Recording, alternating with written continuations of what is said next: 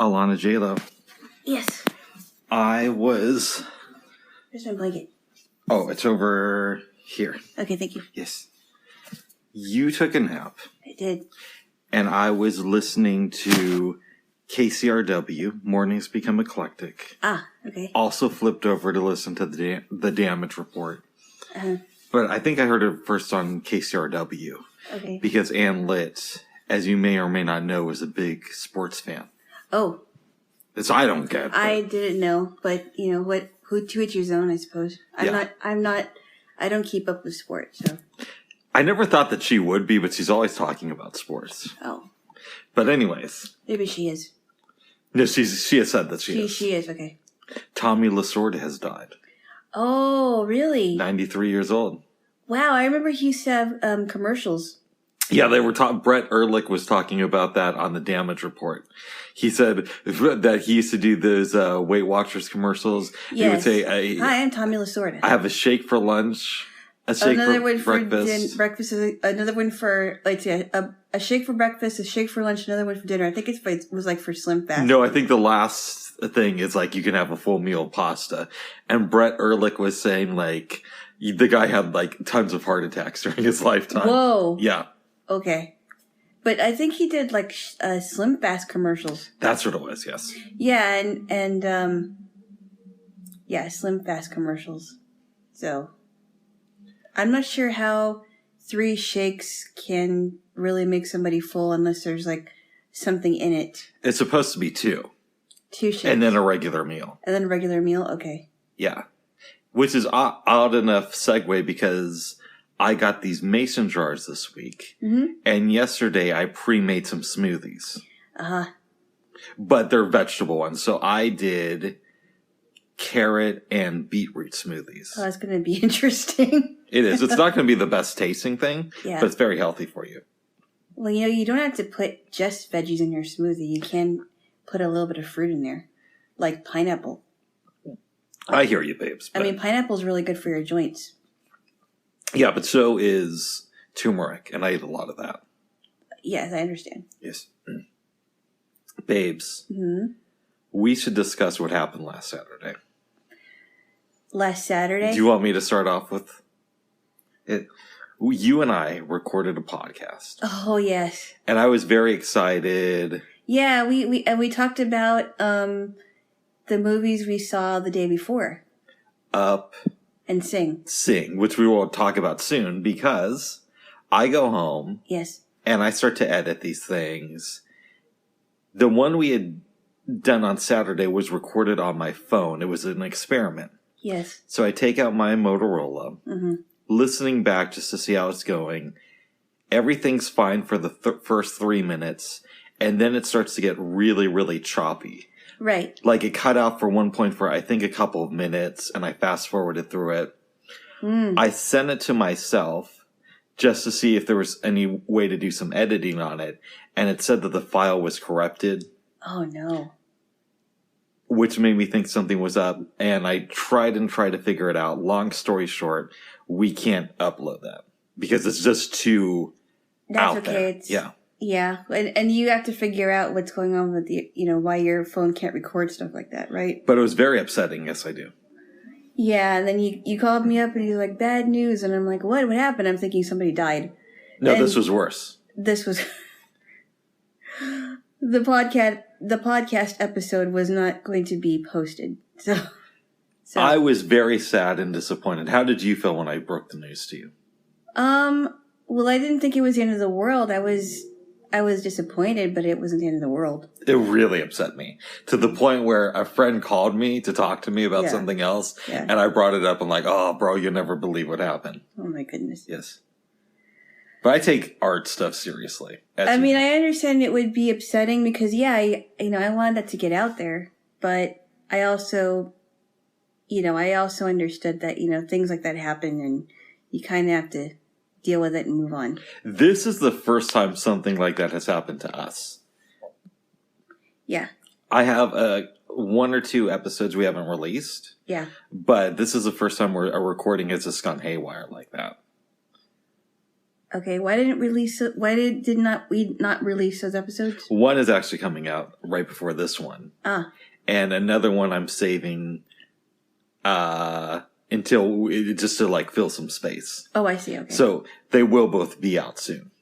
Okay. Yes. That's fine. Yes, babes. Yeah, and that's One I actually had to edit some name out.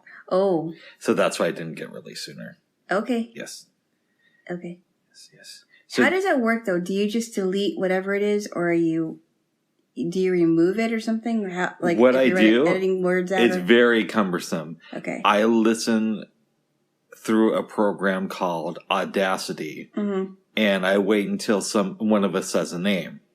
So, for example, if I'm going to use a celebrity for an example, if you say, I know Snoop Dogg personally, and he's guilty of this crime. Right. Well, obviously we can't have that. We can't have that, right? Yeah. So I listened to the point where you say his name, and then I would edit that out. Okay. Yes. Yeah. Okay then. Yes. That makes sense. So Jaylo. Yes. Let's talk about the movie Up. Yes. With the caveat that it's now been a week since we've watched it. So we will give an explanation, but it may not be as clear as it would have been last week. Yes. Would you like to go, or do you want me to take this one? I'll start it off. Go ahead. So this is a story about, it starts off with two kids. I forgot the guy's name though. Mr. Fredrickson? Ellie and I forgot his first name. I don't think they ever say it in the movie. Yes, they do. They do. He does when he says his name when he talks to Christopher Plummer's character. Okay. Yeah. For some reason, I thought he just called himself Fredrickson. No. I forgot what his name was, though. Anyway, it starts with these two kids. They form a friendship in this clubhouse. And she's very adventurous. He doesn't want to talk for a while. She's like, you don't talk much. We're going to get along. Yes, we're going to get along just fine. He's like, my name is Ellie. And in the midst of their friendship, she makes this My Adventure book. She already had it. Or I'm sorry, she already had, well, excuse me. Sorry, babes. She already had a My Adventure book. And throughout time, they get older, they get married. They show a montage of them getting married, and they're moving into a house, and they have children, and they have grandchildren. And towards the end of the montage, she ends up dying. It's very sad. And before she dies, oh no, this happens after she dies. I'm sorry, but she dies, and he looks through her My Adventure book because they saved it, and he promises her that they're going to move in South America to Paradise Falls to live closer to Mr. Muntz, who is who's the guy that they look up to. Mr. Muntz used to be like a big celebrity too. We get the impression. Yes. Yes. Yes. Charles Muntz. Yes. So he's a grumpy old man, and his character is played by Ed Asner. Grumpy old man. He's supposed to move out of his house and go to a nursing home. Well, all of a sudden, you see these balloons tied to his house. The foundation starts to come apart, and his house starts to fly because there's all these balloons. So he gets out of going to a nursing home, and on the way there, before he leaves, he meets this little kid named Russell, who is a special needs child. We think so. He is a wilderness explorer, which is comparable to the Cub Scouts, I believe. Cub Scouts or Boy Scouts. And he finds a house because somehow I don't know what happened. I think he left the house for a bit and finds a house, and it's in air. And he gets in there because it's already cold. So I think, sorry to stop you for a second. What happened was the day before, Russell came over and said, I need my old folks badge. I need to help somebody who's old. The assisting the elderly badge. Yeah, you're decrepit and near death. So maybe I could help you. Yeah. And Mr. Fredrickson says, okay, there's this type of bird. I want you to go and catch it or whatever. Yes. Russell sneaks under the foundation of the house. Mm-hmm. Doesn't know that the balloons are going to go up or anything like this. Because he also tells Russell that he wants him to look for a snipe. That's what it was. Yes. They take flight. Russell somehow gets to the patio. Mr. Fredrickson opens the door and sees him and gets him inside. Yeah. Keep going, Jaylos. I'm not going to give too much away because there's a lot. They meet this bird/dinosaur. Russell calls him Kevin, but finds out that Kevin is a female bird, and lays eggs. And then they meet these group of talking dogs. Doug is the one that is wanting to help them, and very funny. And he goes crazy when he sees squirrels. And one of the dogs' names is Alpha, who has this voice changer for a voice. First he sounds high, then he sounds low. It's pretty funny. You have to watch it. And the leader of the dogs, the evil leader of the dogs, is Mr. Charles Muntz. I'm not going to give too much away, but Charles Muntz basically wants to kill Russell and Mr. Fredrickson. There's a scene where they're having dinner at Muntz's place, and Charles basically explains to Mr. Fredrickson, I'm after this bird. Russell and Mr. Fredrickson realize that it's Kevin. They say that they're going to protect it, and Muntz tells the story of these other people who he's murdered since moving to this area. Then he chases him. There's a whole commotion. Muntz ends up dying. I almost called him Kevin. Russell gets the badge, but his father, who we're told is going to be there, doesn't show up. No, he hasn't showed up to a lot of his scout things. However, Mr. Fredrickson shows up. Gives him the Ellie badge in honor of his wife. Which I'm a little bit confused by. And then the movie ends with them eating ice cream. Yep, and playing the slug bug game. What would you give this film on a scale from 1 to 10? So, I liked it when I first saw it, and I still liked it, even though there were some questions I had. And I would give it an 8 out of 10. That's my opinion. I would give it a 6.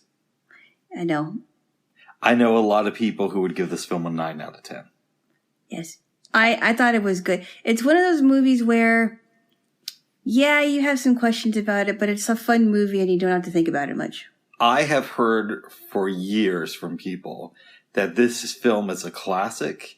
It's not just a good animated picture, but it fits well into the annals of film history.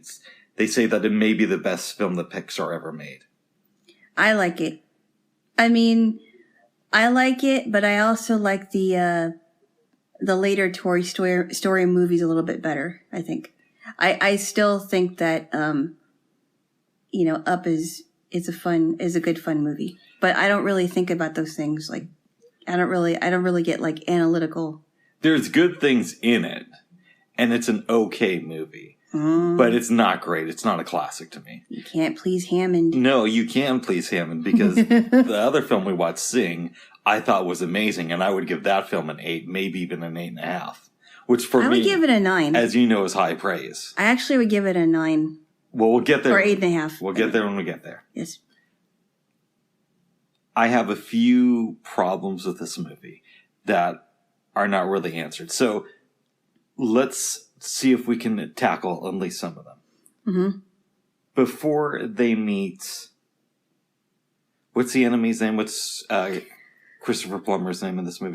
Charles Muntz. Okay. Before they meet him, there's a scene where Russell and Mr. Fredrickson are camping out outside. This is after he lands the house. Yep. And it comes out that Russell doesn't know how to build a tent, even though he has his wilderness badge. Yeah. Okay, so we're left to believe that assisting the old folks is the last badge he needs to earn. Yeah. What I don't understand is... Yeah, sorry, I'm a little bit gassy today. I understand why. Or every day. Had some chocolate. Or every day. Yeah, but does it give you gas? That's what I'm told. But let's not go there quite yet. Let's focus on the movie. Might be heartburn. Go on. Okay. What is confusing to me is we don't understand. Did Russell earn any of these badges, or are these all fake badges that they're giving to him because he's a special kid? Or did somebody help him earn the badges? And also, why is it so important that he earned the old folks badge? Well, maybe the assisting the elderly badge is his last badge to move him up in rank. I don't know. It is his last badge. But but what I said before you interrupted me. Go ahead. Is maybe it's his last badge before he moves up in rank.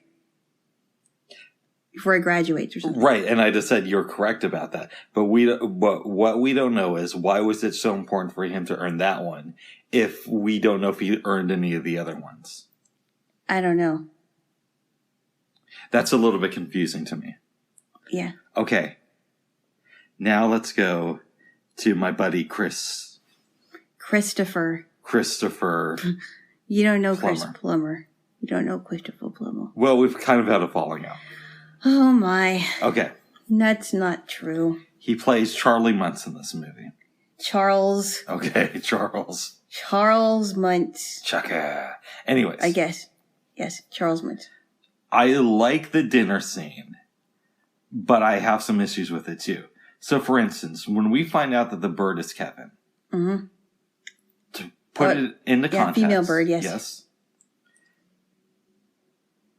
Ed Asner had already promised the kid that he would look after the bird. Mm-hmm. But we also know that he's a crotchety old man. Yes. Why wouldn't he tell Kevin, hey, just wait outside Russell, not Kevin. Oh, sorry. Why wouldn't he have told Russell, hey, just wait outside for a few minutes, buddy. Here's a ball to play with, and here's some keys you can look at. And then tell Christopher Plummer, listen, dude, I told this kid I would help with the bird, but I'll tell you what. We're going to go to sleep tonight around this time, and if we wake up in the morning and Kevin isn't there, that's between you and Kevin. Why wouldn't he do that? I don't know, but I don't think about these things. I don't know. Maybe they wanted the story to go a different direction because he wanted to save the bird. Russell wanted to save the bird because she had babies. Right. And I'm not sure why they didn't do that. Maybe they wanted Russell to go to great lengths to save that bird, and he then temporarily leaves Mr. Fredrickson. Another thing I didn't like about that scene is all the other people that Muntz killed. Mm-hmm. Right. So why did they have to show that? Why does he automatically have to be the bad guy? Maybe it's because Charles Muntz was looked up to as a hero to Ellie and her Mr. Fredrickson. And maybe it was a way to say, hey, you think that I'm this great guy, but really I'm a killer. I felt that Christopher Pine is a...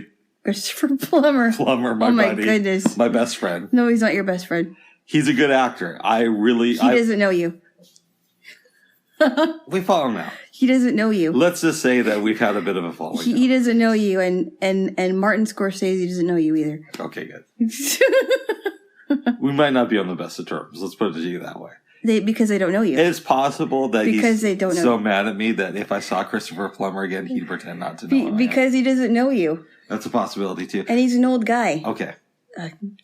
He's a great actor. He was awesome as Captain Von Trapp. Yes, he was. He's the best. I think that's like the only movie besides Up that I know of. We got to watch The Undiscovered Country at some point. Star Trek 6. Oh, and he's in that one. Yes, he is. Who does he play again? He plays, if I remember right, it's been years since I've seen it, a Klingon ambassador. Oh. The premise of the movie, and I know we're getting sidetracked, but I'll make this quick. Yes, we are. Is that a Klingon moon exploded, and so the Klingon Empire, its home planet only has about 50 years of life left in it.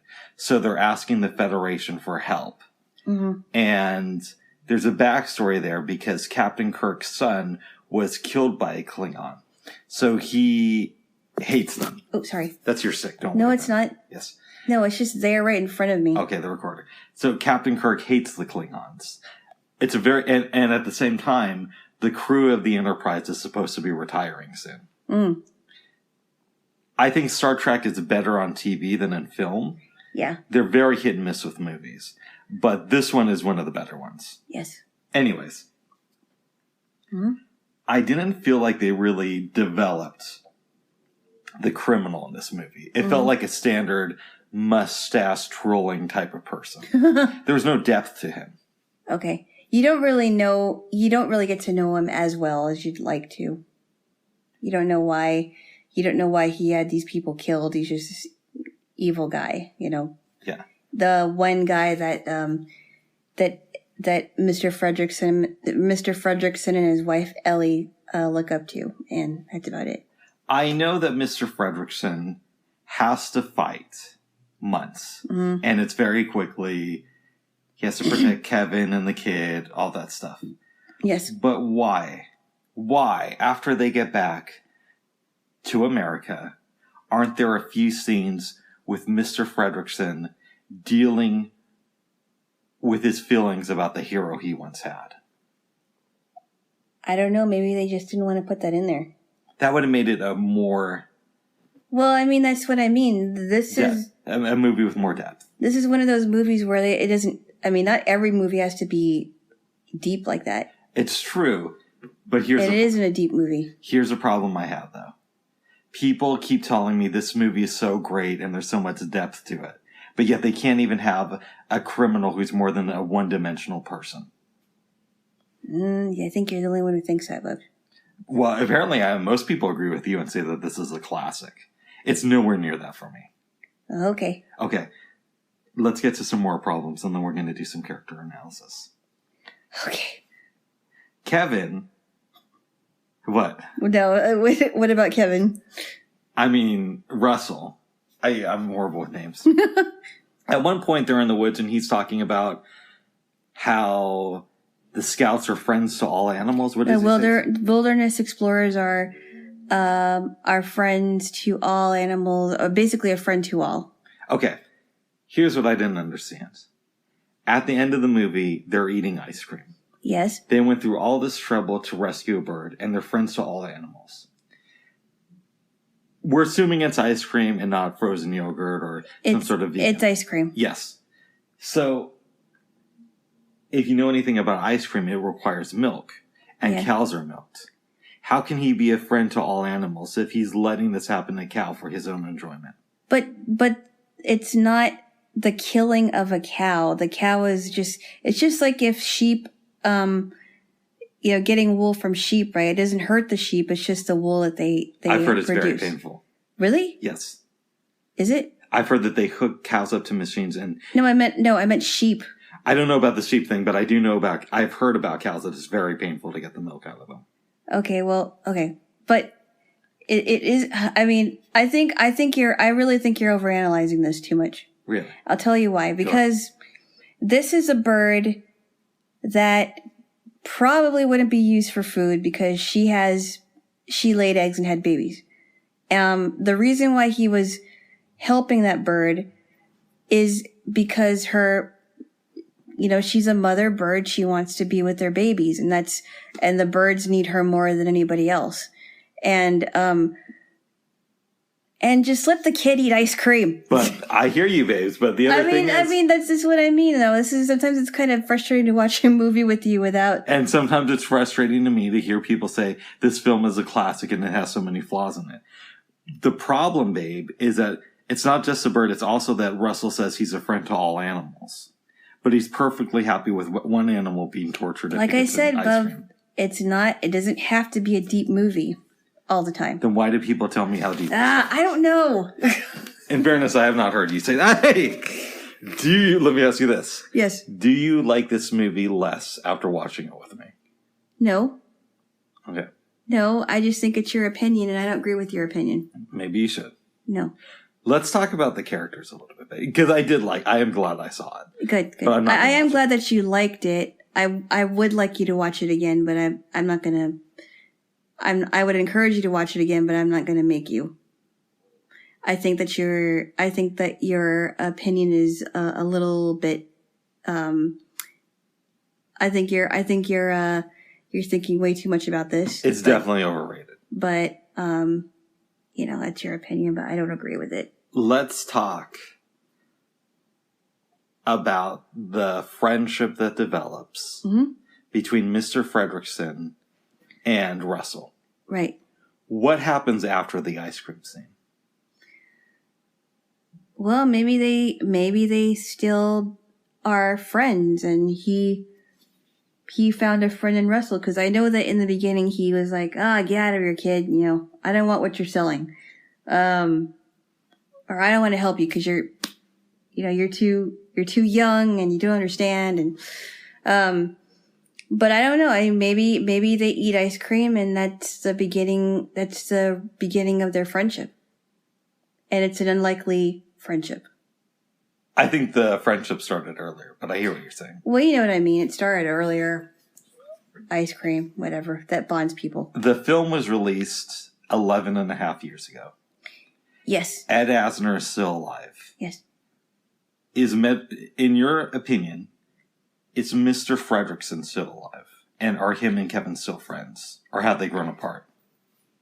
Well, I don't know. Maybe they still are. I mean, if Russell had an age, because we don't know how old this kid is. I'm guessing he's maybe like 8 or 9 or something. Maybe he grows into an adult. Maybe he's friends with him over the years, but he does his own thing. And he checks in with him once in a while. Is Russell a slow kid, or is it just that nobody's mentored him? It could be either or. Maybe he has some learning disabilities, or maybe somebody just has not taken him under their wing, and taught him how to be a man. If you had to guess, where is Russell today? Back home with his parents, I guess. So you think that even though he's probably around 20 now, he never moved out of the house? No.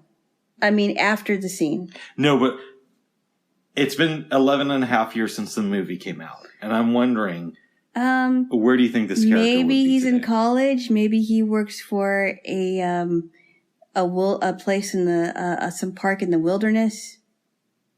I don't know. Not too sure about that. I want to talk to you a little bit about me coughing and about Ellie. Okay.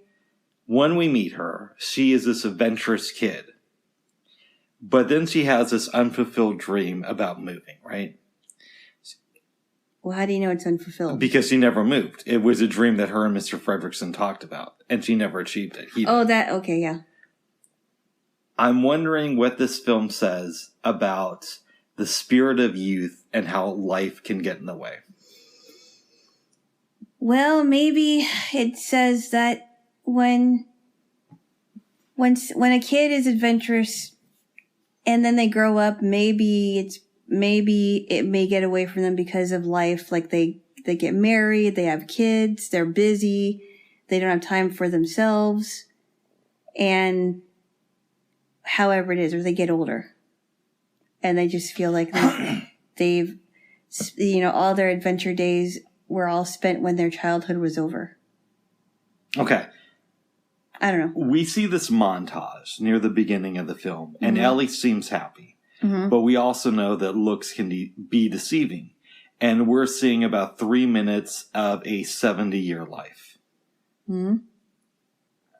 Do you think that she was generally happy for most of her time on this planet? I think... Or was there a lot of regret? Here's what I think. I think she maybe she was happy, but maybe toward the end of her life, she thought, oh, we should go on this adventure, but was not able to because she died. What does this film say about putting off dreams then? I think it says that that when you're young enough, think about the dreams that can be obtained if you can't obtain them, because when you get older, that may not happen. I mean, there's some dreams that I have that I understand that it may not come true, but I don't fret about it. Yeah. It's not the end of the world if they don't. You right? Yeah, Jaylo. When we first meet Mr. Fredricksen, he is a little boy watching the films of Charles Muntz. Yes, and that's where he hears about Paradise Falls. Exactly. Do you see anything on these films? I think so, but it's kind of hard to tell because we were, not only am I blind, but we were kind of like conversing during this too. Mm-hmm. But I want to know from you. Yes. Because it seems like him and Ellie were fans of his both. Yes. People grow up and things change. Is this Ellie's dream to go to Paradise Falls, or is it more Mr. Fredricksen's dream? Or is it possible that both members of the couple had kind of given up on this, but this was just a fantasy that they tried to encourage the other one to have? I think they both had this dream because they both looked up to Charles Muntz. Right, but... And hold on, I wasn't finished. You want me to answer the question? Go ahead. I think they both had this dream. It just didn't happen when she was alive, and now he wants to make that happen for both of them. Right, but what I'm asking is, they both have this dream when we meet them at age 8 or however old. Yeah, I think it might have been 8. And I'm wondering, do they still have this dream at age 70? Is it a shared thing then? I think so. Okay. I think so. I think he genuinely wanted to do this, and he's been wanting to do this for a long time. It's just sad that she was no longer alive to see this happen. Eventually, Mr. Fredricksen, after eating ice cream, will go home. Maybe. We're assuming. Yeah. What kind of regret does Mr. Fredricksen have about having Muntz as an idol for so long? When he gets, I mean, I don't know how much he knew about Muntz, right? Maybe he had a regret that, maybe I should have done some research on this guy and really looked into him before meeting him. And, maybe he didn't think, well, is it really that needful for me to move closer to him now that my wife is gone? Mm. That's what I think. Yes. What do you think about that? That could be the case. Yeah. There could also be an argument that he's grateful to him because it made Mr. Fredricksen become closer to Russell. Right. But right, exactly. It could be either or. We don't know. Do you have any more thoughts on the movie? I don't. Yeah. It was something. I liked it. Better than August Rush. Well, yeah. But that's a low ball. I mean, I think when I watched it with a friend, she really liked it. Yeah. And at the time I liked it. I mean, it wasn't I would probably give that one a 6. August Rush? Yeah. Ooh. But okay. I would give it a 6 since I watched the second time because it was good, but it could have been a lot better. Yes. So I'm not as gracious as I am with Up. That's interesting. Tell me the context. When you saw Up, was it in the theater? Was it with family or friends? I saw it with a good friend of mine, okay. And we went to the theater together on a Friday night, and I enjoyed it. I really did. Did your friend like it too, or no? Yeah, she did. Okay. Yeah, and she was sighted, so she was able to describe some of the things, including the montage. Nice. Well, it was an experience, babes. Mm-hmm. It was good. I'm glad I can put it off my bucket list. Oh, my goodness. Anyways, but now let's move on to a film that I thought was really something special. Oh, yeah, that was Sing. That this had a lot more entertaining things, a lot more funnier things. I enjoyed it. I actually enjoyed this one better than Up. Yes, because the characters were more well developed too. Yes, and the fun thing is that these were anthropomorphic animals, and voiced by a lot of famous celebs. Like I believe Matthew McConaughey was in it. Mm-hmm. I think Demi Lovato might have been in it too. Do you want to give a description of the movie? Yes, I will give a short description. So the premise of this movie was that Buster Moon is this koala. They have human names too. Buster Moon was this koala, and he's trying to save this theater. And he's been having some problems because his shows were not making any money. And he has this idea that to keep the theater safe, to save it, he wants to have a singing competition. There's all these animals that compete, a sheep, some rabbits, pigs, bears that sing Japanese. They look like Japanese bears? I think so. Japanese bears. And then you also have a monkey who plays the piano. That plays the piano and has a beautiful voice. Yes. But he's also a wannabe criminal. He comes from a crime family. He comes from a criminal background. Quite funny. The monkey that sings and plays the piano, and then a young elephant that wants to become a star, but she's too shy. There's a bunch of people. There's a bunch of animals that are competing for this. And then you have this like extravagant mouse. He plays a saxophone and he sings. He plays a sax and he sings, but he wants to make a lot of money, right? And he spends a lot because he does. The basic premises too, or part of it, is that Matthew McConaughey tries to come up with a cash prize to get people to participate. Yes. At first he thinks, well, maybe if I give them $935, they'll participate. But Such a random number. You have to do $1,000. And $1,000, and then it's what happens is he has a secretary whose eye pops out and keeps hitting the 0 button. Yes. So when the flyer is released to the public, it makes it seem like whoever wins is going to get $100,000. And that's Miss Crawley. Yes. She's like the scale animal. Might have been a fish. I don't know. No, I think it was like a gecko or something. A gecko? A lizard. Something like that. Yeah, some kind of lizard. Yes. She's kind of not quite all there. You have a lot of interesting characters. This movie is funny. It has a little bit of heart in it. Yeah, because towards the end, when he's hitting rock bottom, he said, "Oh, my dad would be so disappointed." Do you ever see his dad? No, they don't do it in flashbacks or anything. Yeah, they don't. You don't see his dad, but it's implied that his dad is gone now. He died. I'm guessing. Yes. Since it's been a week, maybe we should talk more about like random scenes, right? Yes. Or character development stuff.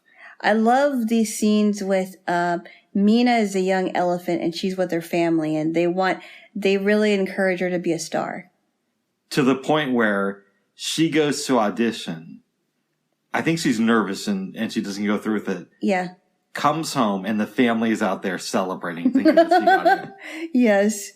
Yes, exactly.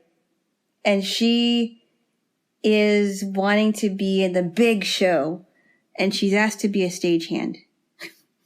But what's really cool is Buster a couple times says to her, "Hey, maybe you should audition for this. I'd put you in." Yeah. Because he notices that she has potential for this. What does she teach us about stage fright? Oh, stage fright can get the best of us. But after a while, once you sing, because, remember Buster told her, all you have to do is just sing. And it'll all, it'll come to you, basically. Yes. You won't be nervous anymore once you get started, which has happened for me to where, I would start playing notes and then I would be focused and not think about anything else. Yes. But sometimes people make mistakes, as a lot of performers do, but if you do, the show must go on. Don't make it look like you made a mistake. And I think she was just worried about, I'm guessing she was worried about, well, you know, I've got this talent, but what if nobody likes it? What if nobody appreciates it? What am I going to do? Yes. I think my favorite performer was his name Eddie the monkey. Eddie no, Johnny was a monkey. Johnny Eddie was my a favorite. sheep. Okay, Johnny was my favorite. Yes. Talk about it. We already said he comes from a crime family, and his father wants to perform a robbery and steal $25 million. Mm-hmm. He wants Johnny to drive the getaway vehicle. So Johnny's thinking, okay, I want to be part of this, make some money. He drops his father off and some other people, monkeys. And the plan is for Johnny to wait and be there, still waiting in 37 minutes so they can all drive away to freedom. Johnny also has rehearsals that day. Mm-hmm. So when his dad is gone, he takes the car, drives to rehearsals, sings, gets back in the car, and wouldn't you know it, there's a traffic jam. He doesn't get there. The dad gets arrested. Johnny goes to visit his father, who is very, very upset with him. Yeah. Rightfully so. Rightfully so. You know. But he said, you know, I went to a rehearsal. And finds out that Johnny really likes to sing and play the piano. And he's not happy at first. He's not happy at first, no. Buster Moon gets some attention for various reasons, and they decide to broadcast the show on local television. With the dog reporter. Yes. And the prisoners are watching this. Johnny's dad sees the song that Johnny does. Mm-hmm. Very excited. So he breaks out of prison. Yeah. And goes to tell his son how much he loves him. Which I thought that was really funny. I did too.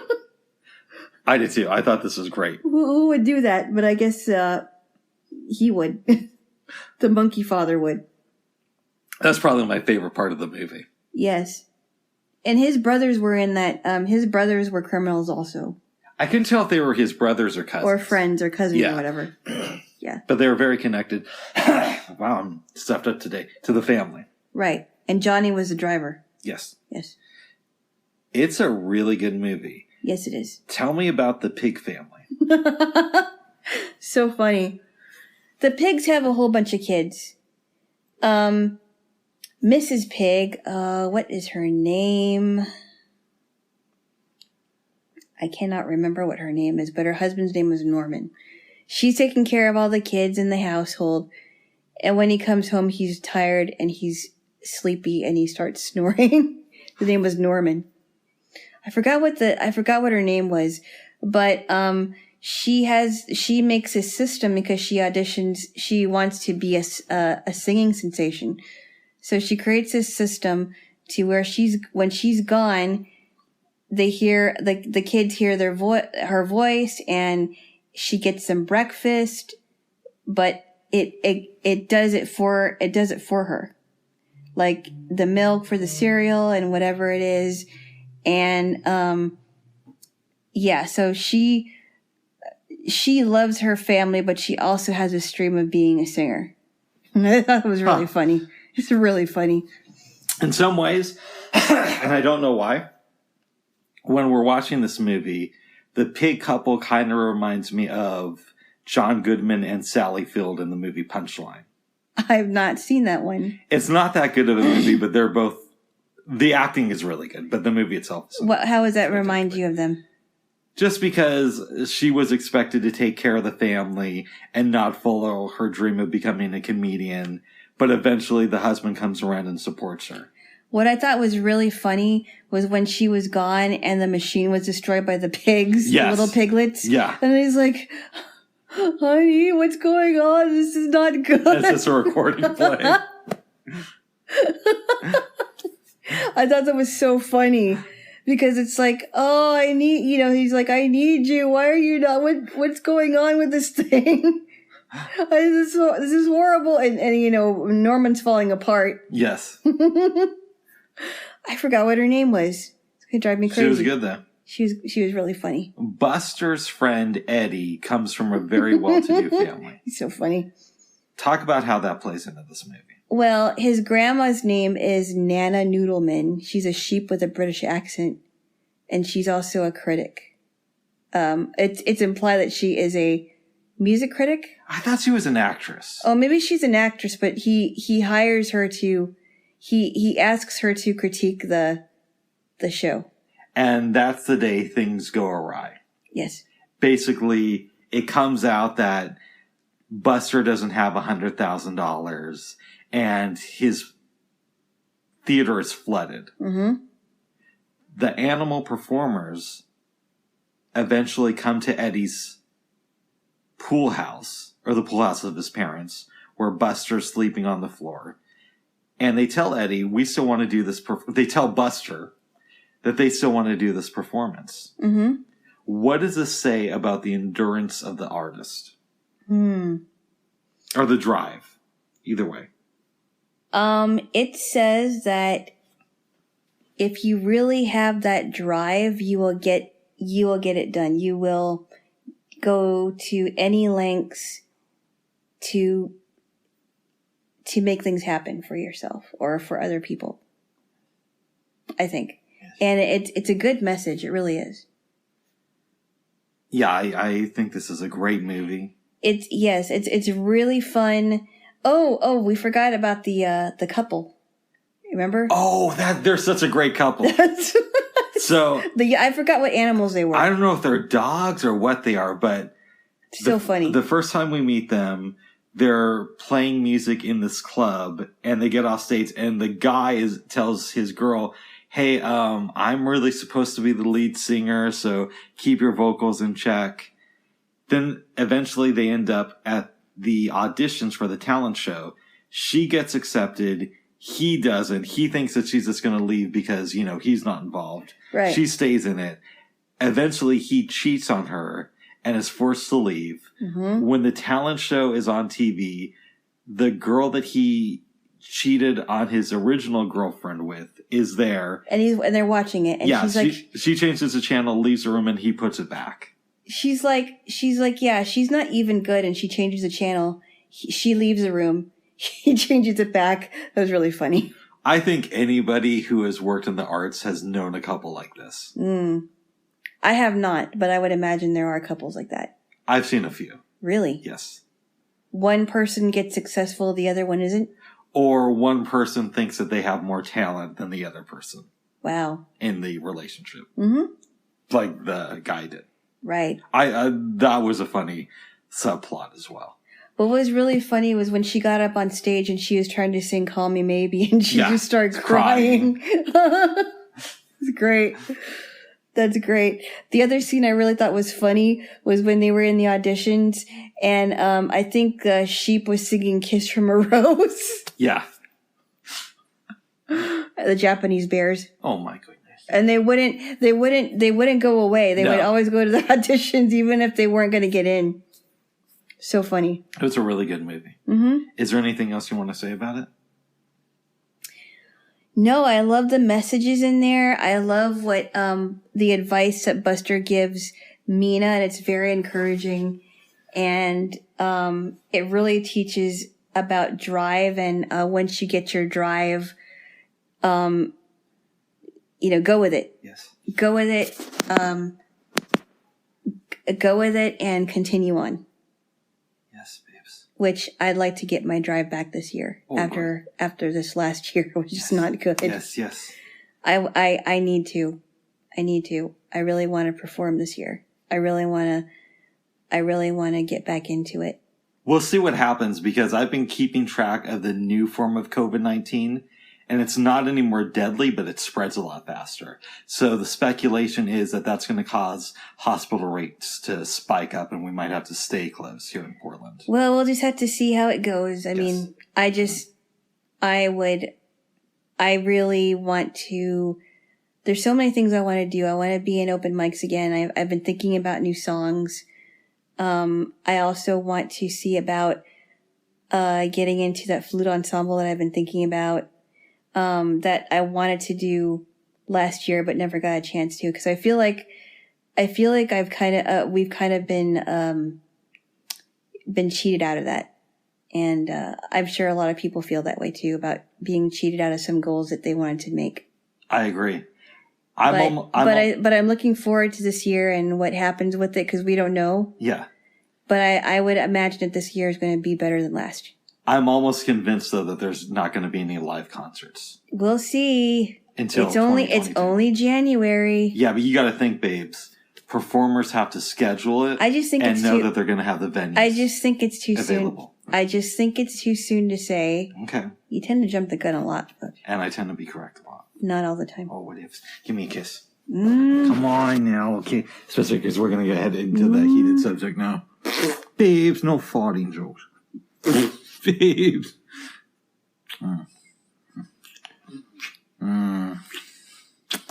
All right, Alana. We got to talk about a subject that we kind of danced around on Wednesday. Well, I didn't want to talk about it at all, but you insisted. The elephant in the room, which I replied, wow, really? Right. Wow. Okay. BoJack reference. Do we want to have a trigger word for this in case one of us is feeling triggered? Because I think this might get kind of intense. I'm going to try to keep my composure. Okay. Because every time I hear about this, it just drives me insane. I'm going to try to keep my composure because, yeah. Basically, it's about the fact that Trump tried to overthrow the government and incited a riot. Which killed 5 people. Okay, first off, let me explain something to you. This is another example of why nobody should trust the mainstream media, because I've been hearing stories all the next day from actual people that have been at this chaotic time after the rally. I even heard the rally, and there's nothing in that speech that I heard that would incite violence. And I think that the reason why, he's always been a target for the leftist media for 4 years. It hasn't changed. It's just getting worse and worse. It was said by several people that were there that at least 90% of this was a peaceful protest by people that wanted to be their voices heard. There were a few people that were there. I don't even know how many groups, but some of them, the ones that were breaking windows, there were most people in the crowd that were urging people to stop breaking windows. In fact, there was, I think there was video of a girl grabbing somebody from off of the building and telling them to stop doing that because it's counterproductive. It's not the way that you get into the Capitol, because you're supposed to be invited in there, and some people were invited to get in there to say their piece.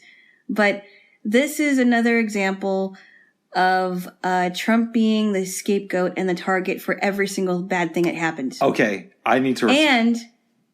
And Trump supporters have been targeted as well as shot at, and I mean this is insane. You want me to respond to this? Yes. Because I think what you're saying now is blatantly wrong. No, it isn't wrong. And I'm going to tell you why I think Trump is a threat to our democracy. No, it isn't wrong. And should obviously be in prison right now. No, it isn't wrong. And I'll tell you, let me speak my piece for a minute. All right. Then I'm going to speak my piece because I have a lot to say about this. First off, because you've been listening to a lot of left-leaning things, they're not going to tell you the real story. If you have heard accounts from people that were actually there, they actually know what happened. But these reporters or so-called reporters that would would report on something like, let's use the CHOP thing for an example. No. Let's use this as an example because we're talking about this. Okay, wait. I had a point there. All right, go ahead. had a point. This is an example of misreporting. The reporters in Washington State that have reported the CHOP thing were saying that this was like a quote-unquote summer of love thing when all these buildings were being destroyed. People were taking over blocks. This is misreporting. And the idea that Trump could incite violence because of a speech he gave, I'm sorry. People are basically saying on the left that that people are controlled by a person's words. And from what I've heard in that speech, doesn't even give any evidence to that. All right. So now can I respond to what you said? Yes. Because I have a lot of things to say. And I'm going to push back against it. Right, but you got to let me say my piece too. All right. I have no problem having a debate, but I will let you say your piece. Okay. If you look at the pictures from the Trump crowd, you see a lot of people in neo-Nazi gear. And what I mean by that, like there's one person in the crowd who had a shirt on that said Camp Auschwitz. You see a lot of people with Confederate flags, right? So, but let's just go past a look at that and get to what it was actually said in those speeches. Before Trump took the stage, Rudy Giuliani came on and he said, we got to have trial by combat. Trial by combat. Think about that for a second. Trump didn't say it, but by having Rudy Giuliani right before him, he's co-signing that. He's endorsing that. Oh, come on. Hold on. You let me say my piece. Trump comes on. He talks. And he goes on his same rhetoric about how the vote was stolen. And I'm going to get the quotes wrong, but I did listen to the speech. I just don't remember it off the top of my head, every single word by word. But it's something to the effect of, let's go march on the Capitol and I'll be there with you. Okay. Trump leaves, goes back to the White House. Yes. This violence comes out. Violence starts. He waits an hour and a half to release a statement about it. And half of the statement is about how the election was rigged instead of telling people to stop the violence. He condemned it. By the way. The next day. Okay, the next day he condemned it. Okay, first off. Over 24 hours later. Okay, now I'm gonna push back way hard on you. Because, like I said before, the media that you have chosen to listen to we're going to get to that after this. Isn't going to report it. I have been hearing a lot of stories. I have been hearing stories about the crowd that was there, and it was like hundreds of thousands of people. Okay, what they will do, and this is a tactic that the media has used, and sometimes it has worked for other people because the media will do whatever they can to lie. And what they have done is they have showed different parts of the crowd, but they won't show the entire crowd. Most of the crowd were just protesting and because they wanted their voices heard. The other parts of the crowd were arriving with helmets. They had Confederate flags. Swastikas. But that does not infringe on the rest of the crowd. I've heard stories about people saying, most of us wanted to protest peacefully. We didn't want any violence. We were even telling people to stop breaking windows because it's not going to help anything. Why are you doing this? But of course, they're not going to say that. Hold on, I'm not done. Of course, they're not going to report it because, my goodness, heaven forbid they report something that's true. And they have used their hatred for Trump and supporters to make it sound like Trump is a bad guy, because of course he's going to be the bad guy. He pushes back against everything that is thrown at him, and they don't like it. They don't like it. The thing I'm getting to is that there is pure hatred for the half of the country that isn't doing everything that the left wants them to do. All right, so let's talk about this idea of the left in this. Yes. And I'm going to say something that's going to seem like it's unrelated, so give me a few seconds. We talked on the phone that morning. Yes. And I said to you, watch, by this afternoon, Mike Pence will be considered a member of the deep state. You said that's not going to happen. Well, I didn't know what was going to happen. Well, what's the opinion of Mike Pence now on the right? A lot of people are very upset. Yeah. What did I say was going to happen before this? Did I predict it? You did, but Yeah. a lot of people have been predicting it, and You weren't predicting it, though. You said I was wrong. Well, I didn't know that. And hold on just a second. Calm down. if we're going to talk about the left, let me talk about what's going on. Do you consider Betsy DeVos to be a left-wing person? No. Why did she resign from the Trump administration last night and come out against him? I don't know. But here's something I want to say responding to that. Okay. And then I have more points to make about this. Oh, goodness gracious. Because if you're just going to say it's the left. Hold on. Go ahead. I am just stating the facts that I know to be true. It is not a fact. Yes, it and is. I'm going to prove how it's not. Yes, it is a fact. Go ahead. There are people that have been in his administration that have said that they were for the administration. They've come out and said it. They've acted upon it at one time, but it was only a matter of time before they were going to turn on him. I think it may have been calculated. Maybe, and I think that the president really did trust these people, but it turns out that these people were not, ended up not to be trustworthy. I don't think it is the fault of the president. I think it's the fault of these people that were coming into his administration, whether they were elected by him or not. And the same thing would happen with other presidents. No. Hold on. I'm not finished. Babe, you gotta let me talk at some point too. Okay. Because it's like 30 seconds of me and 3 minutes of you going on this pro-Trump rant. And if you want me to have a response, you gotta let me say some stuff. Members of his cabinet have not only resigned, but come out publicly and say that he needs to be taken out of the White House. Now, you could say if it's one or two people, okay, it's bad. But this man has a consistency of hiring people who turn against him. And there's an old saying that the fish rots from the top. Trump is clearly a bad leader. No, he isn't. Yes, he is. And we know this because of how many, we know this? Do you want me to tell you how? This is a leftist talking point. Do you want me to tell you how? Do you want me to tell you how we know this? It's a leftist talking point. Do you want me to tell you how? Go ahead and say it, but it's a leftist talking point. We don't know this just because TYT or Democracy Now! Is saying this. We know this because so many members of his own administration have said this. It's one after the other. Now we have Mike Pence, who is now an enemy of Trump. Right? What did I say was going to happen? Did I predict that? How did I predict that if I'm going off left? You may have predicted it, right?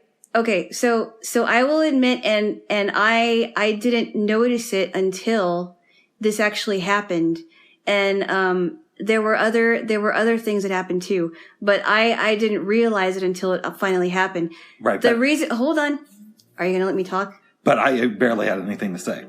What I would wonder is how many people have to turn on him before it might be him. Because there's an old thing that say every relationship that goes wrong in your life has one common denominator, and that's you.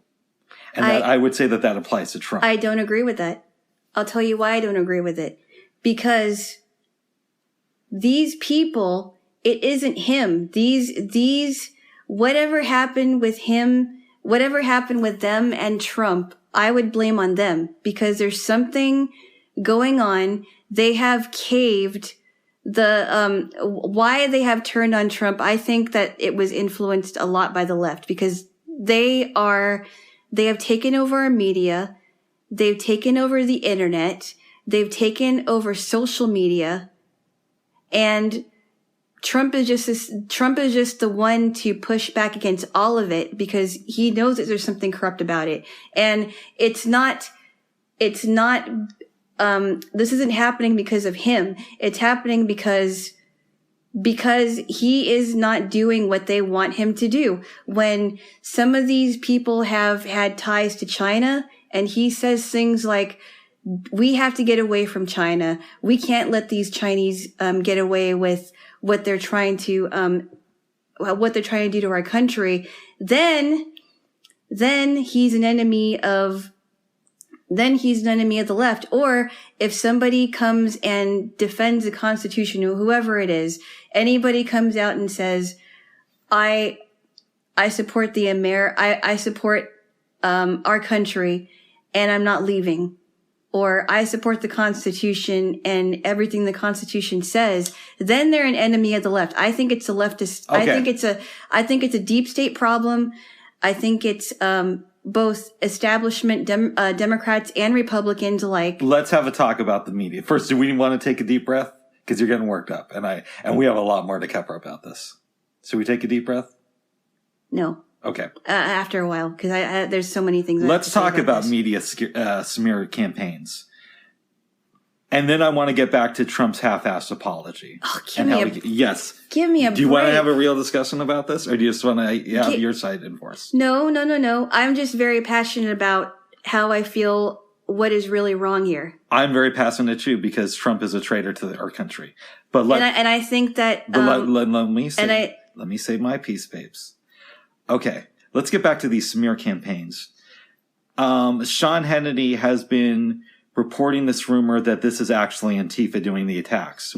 And it has actually been disproven. Do you know how it has been disproven? Okay, first off. Do you want me to go into how it has been disproven? How has it been disproven? Because people who were at the protests and who were part of the break-in have been upset and posting on Gab how upset they are that they've been mischaracterized as Antifa. Really? And these are people who have ties, who have been on these in these supremacist groups for years. I don't believe that. And first off, that has always been a narrative on the left that right-wing people are white supremacists when it actually came from the left. That's why you see so many swastikas in the If you do your history, today. This has come from the Democratic Party, and it's come from the radicalist left. No. And I don't think that you really understand what the right really stands for, because it's come from the left, and it's still coming from the left. And do you need a kiss? No. Yes, you do. No, I don't. Okay. But we'll do that later on when I'm calmed down, because I'm really fired up here. I'm really fired up too. Do we need to take a breath? You want to take a breath with me? Come on, babes. You want to take a breath? Fine. All right. 1, 2, 3, in. Out. One more in. Out. One more in. Oh. Okay. Now we've calmed down a little bit. You said I should study my history. The Democratic Party. Which I have studied the history of the Democratic Party. And I've also studied the history of the Republican Party. There's racism in both parties, babes. So I think one thing you're getting mixed up is you think that by me saying Trump is horrible for our country, that means I'm automatically a fan of the Democrats. I never said that. But I think that's one thing you might be conflating. No, and that's just not the case. I never said that. I just think I know that you are a left-leaning independent. Yes. But I never said that you were a friend of the Democrats. No, I said that that's what I thought you were thinking. No. Okay. And no. So you kind of jumped the gun on that one. Okay. Do we want to continue on what the media is doing, or why I think that Trump should be held more culpable? Let me just comment on what I believe the media is doing. Okay. Before we go on to this, because you did say what you thought.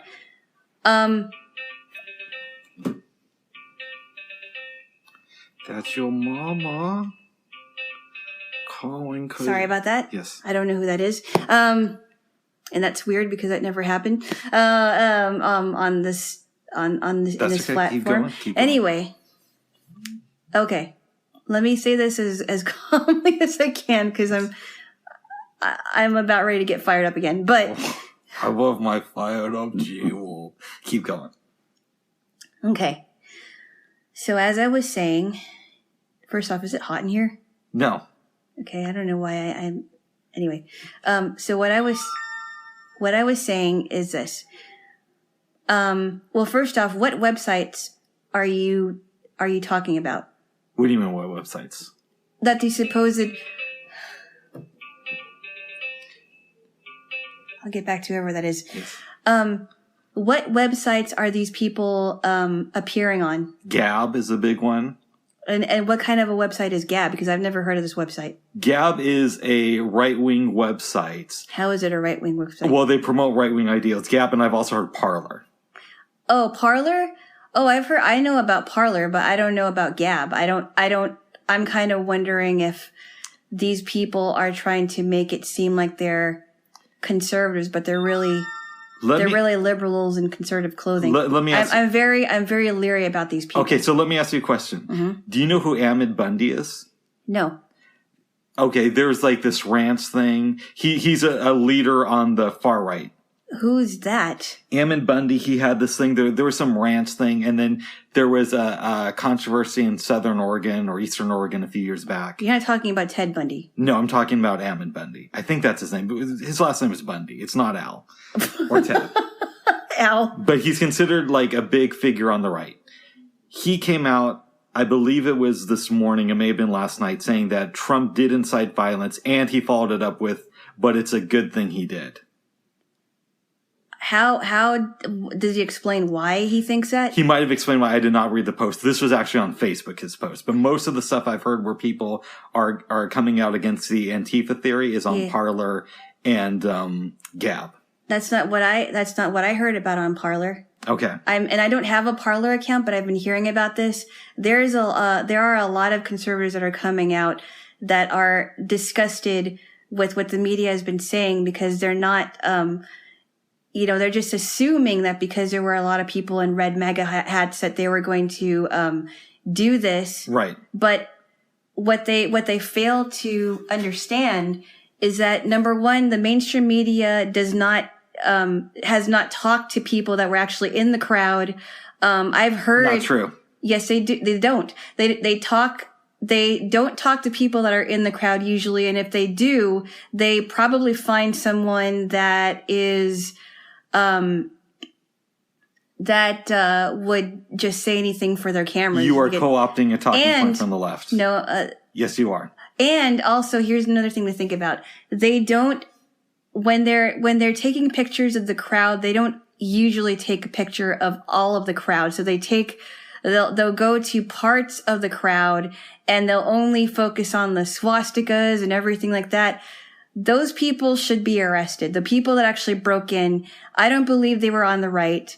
I think that most of the crowd, from what I've heard and what I've been hearing, were peaceful and protesting, but the people that came by with their weapons and their weapons, and also the police incited violence too. They did incite violence. The police wasn't doing the police. I think they should be held accountable more because they were, from what I've understood, they were the ones who started this. They were part of the people who started it. It wasn't just people in the crowd. Yeah, that is true. They did let the crowd in without fighting back, it looked like. Most of the police. There was one video I saw of somebody, like a cop running away from the police, from the crowd just because he was outnumbered. So a couple. And the people that were, and I'm sorry, go on, sorry. Okay. Do you think it's wise to have somebody say we need trial by combat, followed by another speaker who says let's go to the Capitol? That's not inciting violence. That is inciting. No, it isn't. Trial. I believe that when I didn't hear Giuliani say it, I've heard it. I didn't hear him. Did you hear the entire thing? I did not hear the entire thing, but I did hear him say we need trial by combat. So the fact that you didn't hear the entire thing is making me wonder whether or not you really know what his motive for saying that was. Because when I think about trial by combat, I'm thinking that he's urging people to fight for what they believe in, not to incite violence. Because if he were to say that, he would have been like, let's show up at the Capitol, let's attack people that are there. He never even talked about attacking. President Trump was giving people encouragement to say what they feel, show their concerns, and let their voices heard. He never once said that he wanted violence. And by the way, he tweeted out after the rally, he said, please do not be violent. He was urging supporters not to be violent. Here's and he also said, you guys, you have to go home now. Okay, here's a problem with two things what you're saying. Do you want to take a breath before I give my rebuttal points? No. Do you want me to kiss you? No. Oh, come on, you want to kiss? Please. No, okay. Not the right time. Okay, all right. Let me give you my 2 points. I'm very fired up now. Would it help if I tickled your armpits? No. Okay.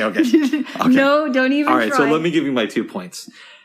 when you say things like trial by combat, it's a dog whistle. You're not actually saying we want you to provoke violence. You're letting people read between the lines. But hold on, let me give out my second point. Your point about Trump saying stop this now, that was done an hour and a half after the break-in started. But this was, but whether or not it was an hour and a half before the break-in started. After, okay. Whether or not hold on. Whether or not it was, you're basically saying that he never responded. I mean, you're basically saying that, well, he could have done better, but the left has been saying that a lot. The left has been notorious for being hard on Trump, for not responding, and it's like they're never going to be happy. I can address what you're saying. Hold on. I'm not done. You wanted me, I wanted to say my piece and I let you talk. So what the left has been doing is something I'm not surprised with. They have been what? Go ahead. They have been getting on Trump for not responding the way they want to respond, for not taking action when they want them to take action, and they're trying to control this whole narrative, and they've tried. They're trying and just because people who have watched leftist media, they will believe whatever the left throws at them. I mean, it's. I think they've used this tactic. So let me respond. I think they've used this tactic. Hold on, I'm not done yet. Let me just finish a sentence. Okay. I think they have used this tactic to play on people's emotions. So the ones that are watching these leftist media sources are going to believe it because they don't know any different. Okay. They don't know any different. Yeah, I need to respond to this. First of all, you're saying because he hasn't responded in a way they would have liked, and in the timely manner, it means that there's a problem with the media. We're not talking about somebody like cleaning up a mess. We're talking about somebody coming out and trying to cool down his followers after he incited them to go to the Capitol and told them that their vote wasn't being counted. We're not talking about a little thing. Oh no, hold on. You're going to let me finish now, babes. He waited an hour and a half to say, stop this. And he mixed it in language like, we know the election was stolen. We know this was the case. You guys are right. I love you. And still it was an hour and a half later. But this is an example of how fake the media is. No, it's not. Yes, it is fake. And the reason why it's fake is because a lot of the things that they've said have been discredited. But this hasn't been discredited. Hold on. Yes, it has been. No, it hasn't. It has been because I heard the media. his statement. Just a minute. I've heard it too. And there's nothing in there that would make me believe that he wasn't doing anything and everything he could to stop this thing. Then why did he wait so long to do it? It was being live streamed on TV. First off, the media will say whatever they want. The leftist media will say whatever they want to make him look like he didn't do enough, and like he hasn't done enough already to ensure that the country was going to be safe. Like he hasn't done enough already to make sure that children had. And I'm talking about policies here. All right, let's talk about this. Let me ask you a question. What? This was live streamed on TV. It's not like he didn't know about it. Why did he have to wait so long to come out against it? But that's what the leftist media has. No, but I'm asking you. Because this is why our capital is being attacked. Let me talk for a minute. What my point being is that it doesn't matter how long. It doesn't matter if it was an hour and a half. It doesn't matter if it was 2 minutes afterwards. The fact that they are hard on him for not responding the way that they want him to is to mean that whatever he does, whatever anybody does that is not in agreement with the left, they're not going to be happy anyway. Okay. They're not going to be happy anyway, so there's really no point in going over that because they're not going to be happy anyway. No. This is an important question. Yes. People are being attacked. Mike Pence, by what I've heard, was afraid for his life and was rushed off by the Secret Service. This is from people who were in the room. Yes. Giving this account, many of them Republicans, right? We can argue about whether they're deep state later. Mm-hmm. Why wait an hour and a half? Why not do it immediately? Like I said, it does matter, and I'll tell you why. Like I said, okay. Do you want me to explain why? Hold on. You wanted me to answer. No, but do you want me to explain why it matters? It does. Do you want me to explain why? Okay, fine. Okay. The reason it matters, babe, is because when these people break in, they're doing damage to the Capitol building. Not only that, they could have potentially stolen documents that are important to our country. We know that 5 people died because of this. It's 4. No, it's 5. It's somebody died today. A cop died today. Oh, because really? of injuries sustained. Yep. Okay, well... 5 people died. That could have been reduced if President Trump had to come out. Okay, first off, we don't know what was going on between the time that this started and an hour and a half. I'm sure that there were people in the White House that were trying to scramble to get things situated. He may have been behind the scenes talking to people and asking what was going on. I don't think that he was sitting on his laurels for an hour and a half. I think that... Oh, I do. Yeah, but you would listen to whatever leftist, leftist reporter that's would why say so it. many right-wing people have come out against him. Keep going. The deep state, Bubs. Keep Deep going. state. There's a bigger agenda. There's a bigger agenda than just the reason why people that were supposedly right wing would come after him. But the agenda is save our democracy. No, it isn't. No, it's not. It's not. They have a bigger agenda. And we're not going to get into that right now. Okay. But what I mean is, this is exactly how biased the leftist media is, because of course they're not going to report the real story. They have so much hatred for this administration and supporters of the administration that they will stop at nothing to remove him and everything that he stands for. And frankly, I think it's disgusting. All right. I want us to take a deep breath because I'm going to say something that might be upsetting to you. So can we take a couple deep breaths? Why don't you just say it now? Because if we don't take the deep breaths, your head might explode. So we take the deep breaths. You want to do it, babes? Okay. All right. Let's hit 1.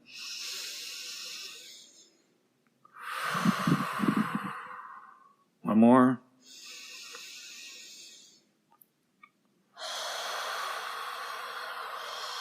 And let's try one more.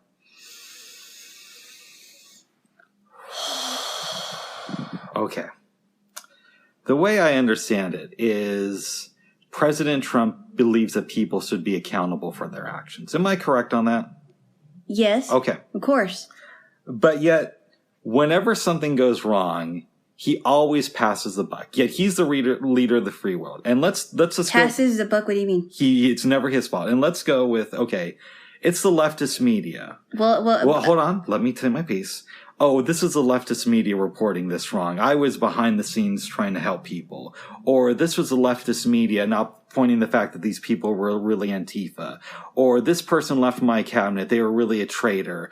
Or this leader didn't work with me. It's really something wrong with him. Don't you find it interesting that the way I understand it, most leaders, they'll take responsibility for their successes, but they also have to take responsibility for their failures. And he never does that. Well, let me explain this. In 4 years, it's always somebody else's fault. Let me explain this. First off, there's a difference between someone actually taking accountability for something he did wrong when this has been a smear campaign since he's been in office. And it doesn't matter if he did something right. It doesn't matter if his policies were correct. It doesn't matter if he gave to the poor or whatever. The leftist media has hated this man as soon as he stepped off the escalator because he left the Democratic Party a long time ago. He used to be a Democrat. Can I ask you a question? I'm not done. You should be. I'm not done. You should be, but go ahead. I'm not done. You should be, but go ahead. Oh, okay, keep going. You better watch it. I'm going to take away your iPod. Well, luckily I'm using an iPad. I'm sorry, your iPad. Keep going, babes. Keep going, babes. Anyway, as I was saying before somebody interrupted me. It was the deep state, not me. Keep going. Babes, keep going. Come on, I still make you laugh, don't I? Oh, whatever, babes, keep going. You gotta admit, I am so funny. Yeah, in your own twisted way. And babes, you're so my favorite fascist. Okay, all right, keep going, babes, keep going. You say it again, I'll take away your iPad. Oh, what ifs? Keep going. Okay. So, as I was saying before somebody interrupted me. Deep state. First off, there is a difference between somebody being held accountable for things that they actually did wrong. But here's the thing you have to understand. The left has always been against conservatives as well as Trump and his administration because, you know, he used to be a Democrat. He left the Democratic Party a long time ago, and now he has changed the way that he thinks because he's seen the way that America has been going. And with past presidents, he didn't like how politicians and other presidents have been taking have been not working in the interest of the people, but working in the interest of themselves. And we can name a bunch of politicians that do that.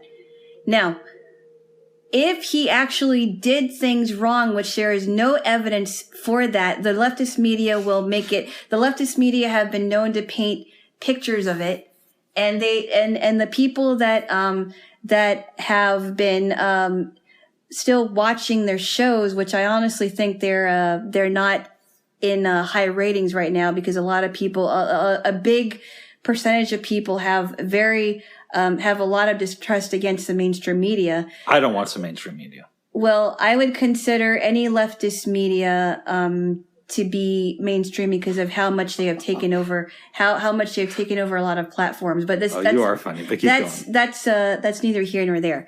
But any leftist that completely despises the president and his administration have had these ridiculous rants and raves about things that haven't even happened yet.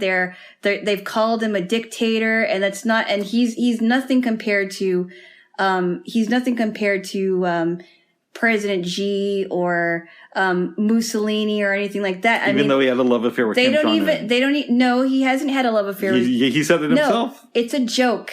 There's a reason for that. See, it sounds to me that you don't even know half of how the president is because you refuse to learn that. Okay. I already know a lot of things about leftist politicians. Okay, so you refuse to learn that. Okay, so let me clarify something that I actually said wrong. Okay. Just a minute ago. Yes. I said that I don't pay attention to any mainstream media.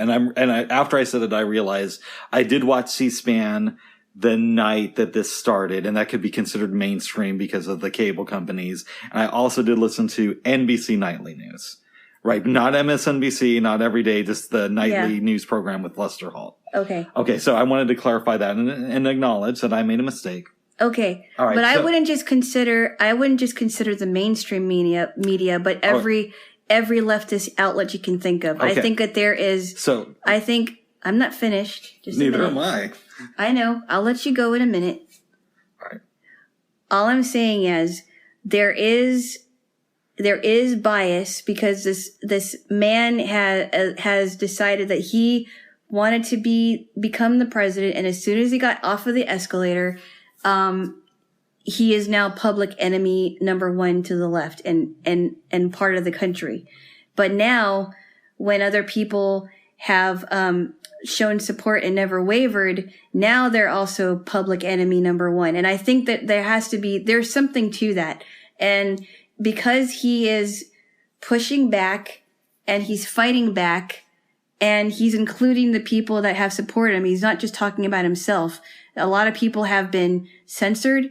A lot of people have been killed over that. A lot of people have been attacked for supporting the president. And you can't support that. You can't support people being censored and attacked for someone that they support, right? No, I can't support that. But what people do on the right, I've noticed, and they also do it on the left, to be clear, but I've noticed it a lot this week. They'll say, well, this is, look at Black Lives Matter and what they did.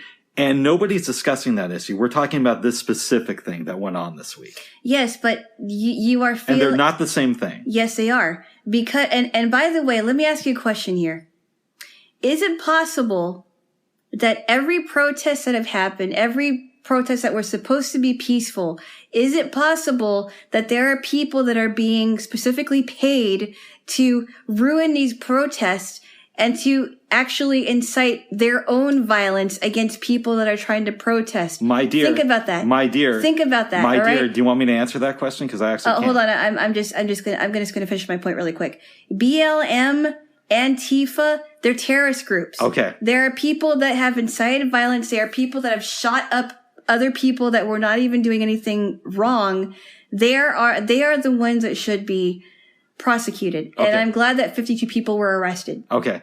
Not only is it possible that people infiltrate groups, it's been done historically. Like, if you know anything about why the Black Panthers isn't that powerful today, a lot of it has to do with the FBI under President Nixon, somebody who Roger Stone admired and worked in his administration, worked to... We're not talking about Roger Stone. I'm giving you an example of something you asked me about. I'm saying you were correct. Okay. President Nixon worked to destroy the FBI through doing tactics like you're just saying. So noticeably, it only happens on the left. But let me give some points to you. I want to give you a piece of homework to do because I don't just want us to run into circles, and I want you to have the time to cool out. Here's what I want you to research for me, babes. And I want you to do it honestly. Okay. Can I ask you to do some research for me? I will do that. Okay. And then I want to ask you a couple questions. Okay. Homework for this next week. I want you to go online and find a time when Trump admitted that he did something wrong, but he didn't blame it on anybody else. He took full accountability for a mistake that he made. Give me an example, because I want you to go online and it doesn't have to be a specific thing. You get to decide what issue it is. And and I'll even extend it. It could be something that he did before he was president. But I want you to find like a video or a statement that he made where he said that he was in the wrong and he made the statement without blaming anybody else. Well, here's my question to you though. What about, and I know you're not a Joe Biden fan, but I want to use him as an example, right? Yes. What about Joe Biden and some of the things that he said? Because the left can go on about Trump and what he said, but what about Joe Biden? Yes, the difference is with Joe Biden. Hold on. Joe Biden has been in office for, You're not even letting me talk. Okay, the difference is with Joe Biden, babe, is he's never tried to orchestrate a coup against our country. Now, I think if he really wanted to, he probably could. Hold on, you're getting defensive. So this is why I said, will you do that piece of homework for me? I will. Okay. I will do that. And again, it could go back into his past. All I want for you to do is find a statement for Trump where he says that he made a mistake. He doesn't bring up anybody. Actually, there's one that I can think of off the top of my head. He has talked about he's been very honest about his finances.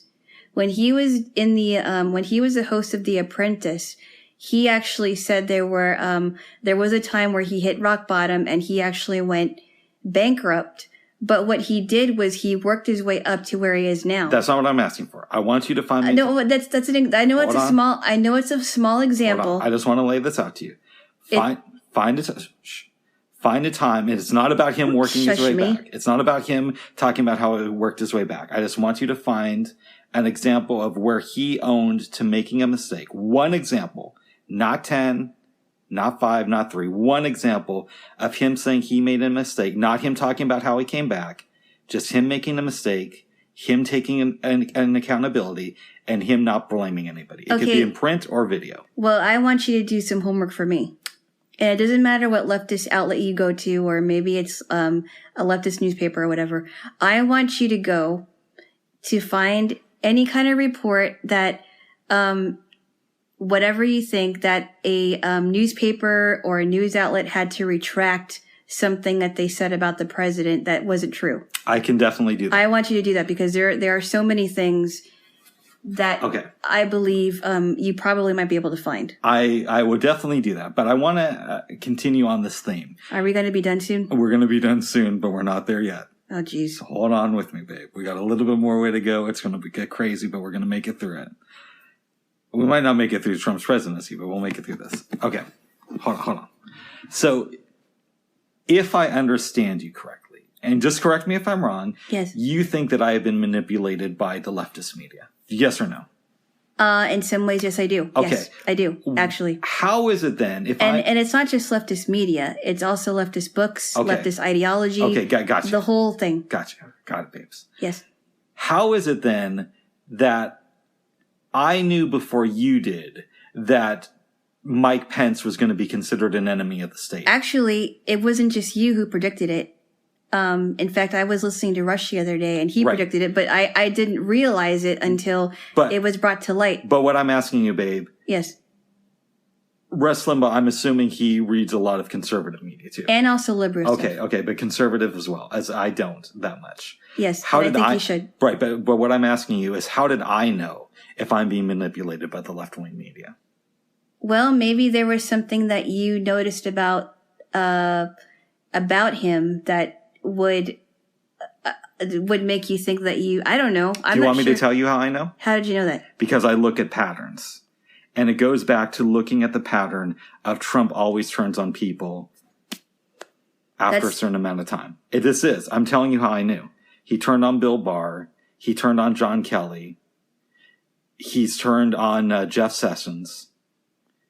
He turned on Rex Tillerson. These are not people who I like, but if we're going to be honest, he's turned on people, and this is a pattern. But there is a method to these patterns, and I'll try to explain what I think about that as much as I can. Okay, there is a method to his patterns. He is a business guy. And he doesn't have time to make niceties with people. He wants to work with them. He wants them to work with him and the people of the country. And if somebody decides that they want to sabotage what's going on in the administration, then they either have to resign or he fires them. And that's the kind of person he is. It's not that he is a dumb person. It's just that there are people that are not working they're not for the best interest of the administration or the rest of the country. Okay. And I don't think that he is so stupid as to not figure that out. I think he's smarter than what the left gives him credit for. Okay, I have a problem with something you said. What? I'm not a businessman, but I do know business people, right? So let's be honest. I don't run a business. I know people who do, though. Yes. There's a difference between firing somebody who's not working out with your company and firing them and saying they are conspiring against me, and then having that be a pattern with every person who leaves your organization. But okay, so would you rather that he kept people in his administration that he knew was a detriment to the country? No, I would rather that he hires the right people. Let me ask you a question. Okay. Instead of saying what I would rather do, give me an example of somebody who has left his administration, but that he's still on good terms with. He's still on good terms with Sebastian Gorka. Do you know who he is? No, I don't. Sebastian Gorka, you should. Okay. Sebastian Gorka, I forgot. Forgive me because I don't remember what position he was in. Yeah. I believe I forgot if he was resigned or fired. I think the reason why he was fired, is because maybe he wasn't good for the job. Either he was fired or he resigned. I forgot. I'm sorry. But he is still today, speaking very highly of the president. Corey Lewandowski used to be his campaign manager. He is no longer his campaign manager. But that doesn't count because the campaign manager, by definition, is done with their job once a person gets elected president. Well, I'm just giving you an example. Okay, so he's still praising the president. Sebastian Gorka is. Sean Spicer, who used to be the Secretary of State, is still coming out for him, and so is Sarah Huckabee Sanders, who used to be the Secretary of State, and she had to resign. Okay, so just so I understand this, let's go with Gorka to make it simple. Sebastian Gorka, Sebastian Gorka worked for the president in the White House, was fired. I don't remember if he was fired or resigned. I'm sorry, but he had to leave. He's not part of the deep state. No, he isn't. Okay. He isn't. No. Okay. No, he was chosen to be a part of his cabinet. He hasn't been there for long, but still today he's coming out for the presidency, for the president. There's a lot of people I can name. There's several people I can name. Even people that haven't even been in his cabinet, like Senator Mo Brooks. Yeah. The reason I specifically though want you to name people who are in his cabinet who left is because I've noticed a pattern of everybody who either leaves or is fired becomes a member of the deep state. And I just wanted to see if there was any exceptions to that rule. No, there's several people actually. Okay. There is. Nikki Haley. Now I don't like Nikki Haley. As far as, I forgot there was some controversy with her, but she's still coming out. As far as I know, she's still for the president, right. unless something has changed. You don't like her, but you also don't think she's a member of the Deep State or against the president. You just don't mess with some of the things she does. I don't. Okay. But I don't know much about her, But honestly. she's not an enemy to the country or anything. No, she's not. I want to ask you a question. Yes. And it would be easy to frame this in the sense of, what if Barack Obama did this? Mm-hmm. But we're not going to do that because that's a little bit too easy. It is too easy. Okay. George W. Bush is a president that I despise. I want to put that on the table. Despise. That's kind of a... He's a war criminal. He is, despite what Barack Obama says. George W. Bush is a war criminal. But... What did President Obama say about him? Oh, Obama has been trying to, clean up George W. Bush's image. He's trying to say I would personally think that George W. Bush is a part of the deep state. I think he's a war criminal and should be in prison. Why would you say he's a war criminal? Because he started a war. He gave us false pretense to enter Iraq. And so many people have died there. And partially he did that for revenge reasons. Partially he did that so his vice president could get rich. And we could go into that, but that's getting in the weeds. But check into Dick Cheney and his connection to Kellogg, Brown and Root. But let's go, but he's somebody I don't like. So let's take him as the example. Okay. Because it's not like, I don't like Obama either, but I don't have the same issues with him. Okay.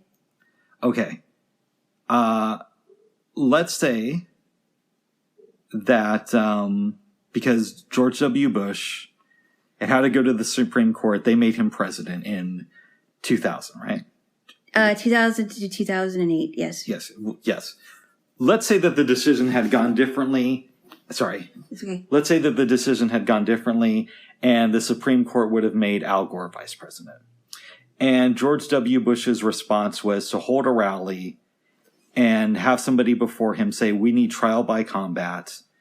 George W. Bush gets on stage and say, we're going to march to the Capitol, and implies that he's going to be there with them. Violence erupts immediately. George W. Bush waits an hour and a half to make a statement and does it wrapped in the language of, I know you're right. We know this election was stolen, but you got to stop. And then waits another day before making a statement where he tries to act sincere. Would you be as forgiving to him? It all depends, because now keep in mind, even though I wasn't keeping up much with the Bushes, I think it all depends on his record of what his policies were. Not just his record, but his policies, whether he has been an honest person, whether there was more things against him than anything else, as far as, whether it's bipartisan or whether it's the facts have proven themselves, or if they are facts. I don't know. I really can't answer that, honestly. It would really all depend. Okay. This isn't homework, right? Like the thing I told you earlier about Trump is homework, because I do think you get some benefit from doing this. And I might too, because I could be wrong. Mm-hmm. But what I would encourage you to do is consider, how would you feel if another president incited a riot on our If they actually incited a riot.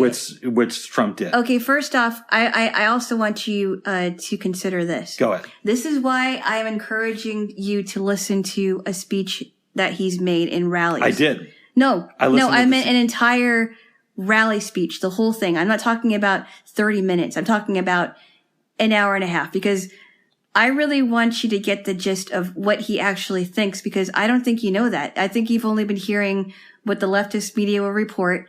And I think it's only fair that you also go back and listen to the entire, and I'm going to look for it too, listen to the entire speech that Rudy Giuliani gave, and put how you feel aside and actually listen to the words that they're saying instead of thinking about your own feelings. You know what? That's actually fair. I think you should. Okay. How about this? That's your homework is to find me a time when Trump held himself accountable without using it as a platform for how he pulled himself up for his bootstraps. And he didn't blame anybody else. He took full accountability. And my homework is to listen to a speech by Rudy Giuliani, the one that he gave that day. And I'm going to listen to it also because I didn't get to hear it. Okay. I think C-SPAN probably has it archived because they're pretty good at that stuff. And I will say that even though C-SPAN is part of the mainstream media, I do like that they play entire speeches and they don't have any commercials. I've been up on C-SPAN for years. They are a great service. I especially love those babes. What is the website? C-SPAN.org. C-SPAN.org. I especially love that they not only archive things, but they have C-SPAN 2, which on weekends they have this thing called Book TV, and it's all talk about books. And you know what a nerd I am about books. And C-SPAN radio is a good source too, because if I don't have a TV to go on C-SPAN 2, they will broadcast entire speeches, and they'll broadcast entire rallies, and they'll broadcast whatever, like court proceedings. So the only thing I have a problem with C-SPAN Radio Babe is you can get their app for iOS or Android. Right. And you can listen to all 3 of the C-SPAN channels. But when you ask Miss A, you can only play the original C-SPAN. You can't play 2. And 2 is my favorite. So I can't. So there is no like C-SPAN 2 radio. There is, but for some reason it won't play on Miss A. That's interesting. Yeah. Huh. Okay, so we're going around in circles. A question I have, and I don't know where I fall on this. I put it at 50-50. Okay. Does Trump serve out the rest of his term? Okay, so I was thinking about this, and I believe your first theory. Because you mentioned it and maybe you forgot about it. I believe that remember when you said that it was going to look like Biden was going to win a couple of times and then all of a sudden the election is going to change? No, you're getting a little bit wrong. What? I said that before the election, Trump came out and said that there was going to be voter fraud. Mm-hmm. And that what was going to happen because he was discouraging his voters from doing mail-in ballots. Yes. And Democrats tend to believe more in the coronavirus thing, right? Yes. So because of that, Democrats are more likely to vote for mail. What would happen the night of the election, it would look like Trump won these states. And his votes came in through the mail because they would lean more Democratic. Joe Biden would slowly win more states. But Trump was going to use the justification of the night of the election to say that the election was rigged overall. No, but didn't you say something about you think that it was going to look like it was in Biden's favor for a couple times and then it was going to change? No, I said it was going to look like it was in Trump's favor. And then it was going to change. Okay, I'm going to say the opposite. Okay. I'm going to say the exact opposite of what you said. But you do know that the vote has already been cast. The election's been certified. It may have been, but I don't believe everything that I hear. So I'm not going to count on that as gospel just because. Wait a second. So you think that Trump's going to serve a second term? Yes, I do. From 2021 till the end of 2022? Yes, I do. I think that I think something is going to happen. Okay. I don't know what's going to happen, but I have a feeling that there's going to be a smoking gun. And if I'm wrong, I'm wrong, but I really do feel that something is going to happen and it's going to turn the election on its axis. It's going to, and I know that I'm probably going to be, people are going to listen to me and think me a fool, but I don't really give a rat's rear end, so it doesn't really matter. Oh my goodness. I don't. Those people might be correct. I mean, I don't care if anybody doesn't care about what I say. That's I'm not here to impress anybody, but okay. This is just my belief only.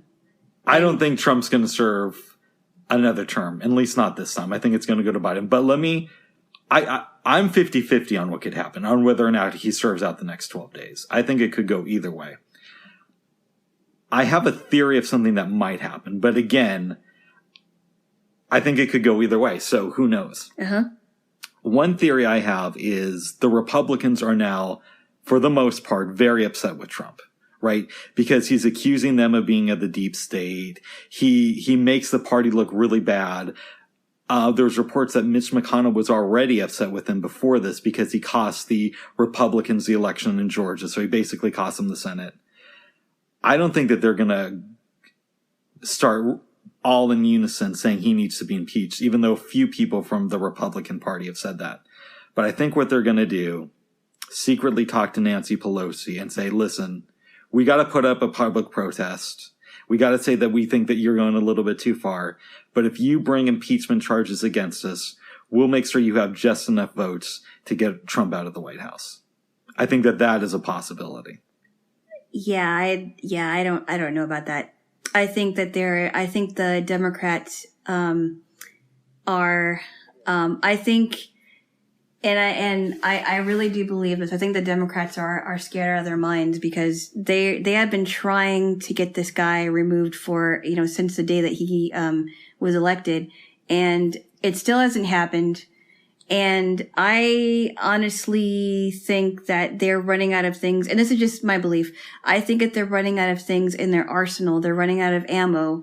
And so now they're trying to figure out, well, how are we going to do this? Yeah. How are we going to do this? I mean, just because a lot of Republicans have dropped the objections to the votes, that doesn't necessarily mean that it's going to be in the Democrats' favor. I think that I honestly think that they're scared, and the reason why they're scared is because everything that they've tried to throw at him has been thrown back in their face. So I'm interested to see if the Democrats come out with egg on their face, more egg on their face, especially Pelosi. I think they're scared out of their mind because Trump followers try to kill them this week. No, they're scared because they're scared. They're really scared of Trump for a different reason. They're scared of Trump because every time they try to get rid of this guy, it's always hold on. I want to finish this so we stop going around in circles here. All I'm going to say is the reason why they're afraid of Trump is he does not give up without a fight. He always fights, and he's going to keep on fighting. And I think they're afraid of him because of that, and they don't know what to do. And it's not because of the country being in danger, because it's their own narrative. I think it's because he's going to fight them tooth and nail, and he's not going to stop fighting until they're all destroyed. Okay, I have a wild... Can we stop now? No, because I have a few more things. Babes, it's half of this has been like 80% of you talking. No, it isn't 80%. Oh, it feels no, like it isn't 80%. It's like I'll say a sentence and it'll be like, give me 5 minutes to respond. But I wasn't done, and it wasn't 5 minutes later. Okay, it was just because... I'm partially being comedic, babes. I have an unpopular theory that you have heard before, that Nancy Pelosi is secretly a Trump fan. And then it's unpopular, yes. It's unpopular, but if you look at the evidence, like, for example, she gave him the win over the impeachment, but she did it because she didn't let investigators do the full research into Russia. I don't believe that's the reason why. I don't believe that I don't think it's evidence to, okay, so what about this, Bubs? Yes. You said that that's evidence. What about the fact that she ripped up a copy of his State of the Union speech in front of him? I'll tell you about that. It's ceremonial. It's something to do that looks good in public. That's why I said secret. Ceremonial? Yeah, it looks. It's symbolic. No. She is a complete enemy, not just of the Trump administration, but everybody else that can't stand her. She's always preaching about masks. Well, I can't stand her either, babe. When she doesn't wear them, she's a part of the elitist of the Democrats. And not even the Democrats like her now. They want her out of office. Why she wants to stay longer than she should, I don't know why. But, no, she hates him. She hates him with a passion. I would be surprised. And I've heard that, and all the smug comments she's made about him and towards him, like how Nancy Pelosi and Chuck Schumer responded after his speech from the Oval Office. Pathetic. Pretty pathetic. She'll make smug comments, but she won't actually do anything. No. She is. Until she feels No. You really need to look into it, because she really is an enemy of this guy. She really hates him, and she hates anyone who supports him. If only that was the case. It is true. Okay. It is true. You are very wrong about that. It is very true. So to kind of wrap up, well, let me say something that you're not going to like, but I think it's kind of funny. Ted Cruz is supporting the president. Yes. And I think it's funny that somebody who Trump openly calls Lying Ted is one of his biggest supporters. We talked about this, and he openly calls this guy Lying Ted. But his answer to that, and somebody asked him in an interview, is that yes, we called each other names during the campaign, but now he has decided that he is going to support me, even though we didn't support each other in the campaign. Because, as you know, political campaigns are pretty ugly and messy. Right? They sling mud at each other, and it's ugly. Although, albeit very exciting, but very ugly. And yeah, they were ugly towards each other, but Ted Cruz has decided that he is going to support the president, and now he's a supporter. I'm a little bit leery about him.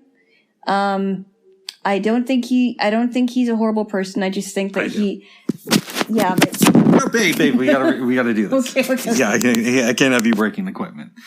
I'm not trying to break it. I'm just trying to grab it. Good. I'm trying to grab it. Okay, don't do that. And I was trying to be funny, actually. Okay. But I'm not a Ted Cruz fan, and I've told you this before. This is going to sound weird. I think that Donald Trump is a better president than Ted Cruz would be. Yeah, I know. I don't actually support your conclusion to the theory, but I understand why you would think that. But I wasn't going to vote for him for other reasons. But it's more than mudslinging. Donald Trump said his wife was more attractive than Ted Cruz's wife, and Donald Trump helped spread rumors that Ted Cruz's father was involved with the Kennedy assassination. But that's campaign. That's more than political stuff. That's no. But a lot of people will, sometimes political campaigns can bring out the worst in some people, right? And they will use whatever they can to get them on whatever is. They'll use emotions to get them. They'll use finances to get them, to get the people to not vote for them. I mean, it was ugly between the two of them. And, but I think that people can change, and they have decided to put those things behind them. And I think that both men have decided to put those things behind them. I will say this. As much as I hate Trump. That's such a honest word, I know. Okay, well, I hate Bernie. There, I said it. Yeah, Bernie's never tried to destroy this country. Stop. Let me say my piece. Thanks. Did I tickle you when you were talking?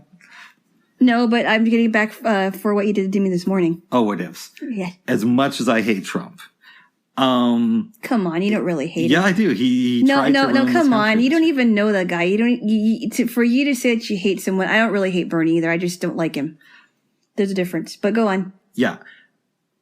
I do think it's whenever I watch Ted Cruz grovel to Trump and bend to his will, it does put a smile on my face for whatever that's worth. Okay. Yeah. So he makes me laugh, Trump, sometimes. I'll be honest, Trump does make me laugh. I think he's really funny, honestly. I do think he's really funny. Having said that, I don't think that that's necessarily what I want in a president. Yes, but I would also later on, you don't have to do this week. Go ahead. But I would also recommend, not just for you to listen to speeches, like long speeches, I would also want you to look up every one of his policies. Every one of his policies, and how he has implement policies, and then come back to me and talk about it. Okay, that is not a good indicator for pretty much any president, because it's easy to say this is my policy because it gets voters excited. It's another thing to actually execute that. That's what I mean. I think you should look at the. Let me explain the second part of that, babe. When you have an administration where people are going every single week, top members of your cabinet, and they're always being replaced, it makes it very hard to do. But that is no reason to not look at his policies anyway. No, it isn't. Yes, it is, because it indicates to me that I can't take these opinions seriously. No, it isn't. I think you should, because I don't think you have. I don't think you know anything about his policies. But babe, that's my point. I don't have to because yes, you do. Yes, you do. Do you want me to explain why? Because if you have a chaotic administration like his, yeah, but that's the thing, though. You have this idea that his administration is chaotic, but yet you won't look at his policies and you won't look at how he has implemented his policies. So I think it would behoove you to look at these things before you come to judgment. My love, the reason I think his administration is chaotic is because at least once a week, you will read about how some top official from the Trump administration just left. And you need people around you who can implement those policies. That's why I think he has a chaotic administration. But would you agree as far as what I've said about his speeches? Would you at least look into would you at least look into his speeches? Because there are some really long ones that have lasted for about an hour and a half, and you can learn so much from that hour and a half that you wouldn't have learned if you would have seen a clip of one speech. Here's what I will say. I think we should keep it to one assignment this week because it's... Well, I wasn't saying you had to do it this week. Okay, because I think next week, as far as politics go, is going to be completely batshit crazy. And I think that you would probably agree with me on that, right? It will be a crazy week, I'm sure. Yes. I mean, there's going to be a lot of I would imagine there's going to be a lot of things going on. Okay. So here's what I will say. In the context, even though I think he's crazy, even though I think he helped to incite violence, that's my opinion, I will watch the full Rudy Giuliani speech. And if I don't watch it, it's only because I made a genuine attempt to find it and I was... Or if you can't watch his speech, I would like you to look up the transcript. Okay, that is fair. I want to look up the speech if I can find it and or the transcript. And you know what your homework is for the week? Yes. Yes. Yes. And remember, it's not a time where he talked about how he made it afterwards. Just him admitting that he made a mistake and him taking full accountability, not blaming other people. One mistake, and it can even be before he was president. Okay, that's fair. That's fair. That's fair. Yes, babes. We could go on about this. I don't know if you want to. I really don't want to. I think we should wrap this up already. Well, partially too, I think this is going to be dated by next week because I think a lot more stuff is going to come out. Yes, it is. But so when are you going to send this? It's going to be up on Wednesday. Wednesday? Why Wednesday? Because we already have some stuff coming out before then. Oh, is that why you were talking to somebody about Wednesday? Because I wasn't sure what you meant.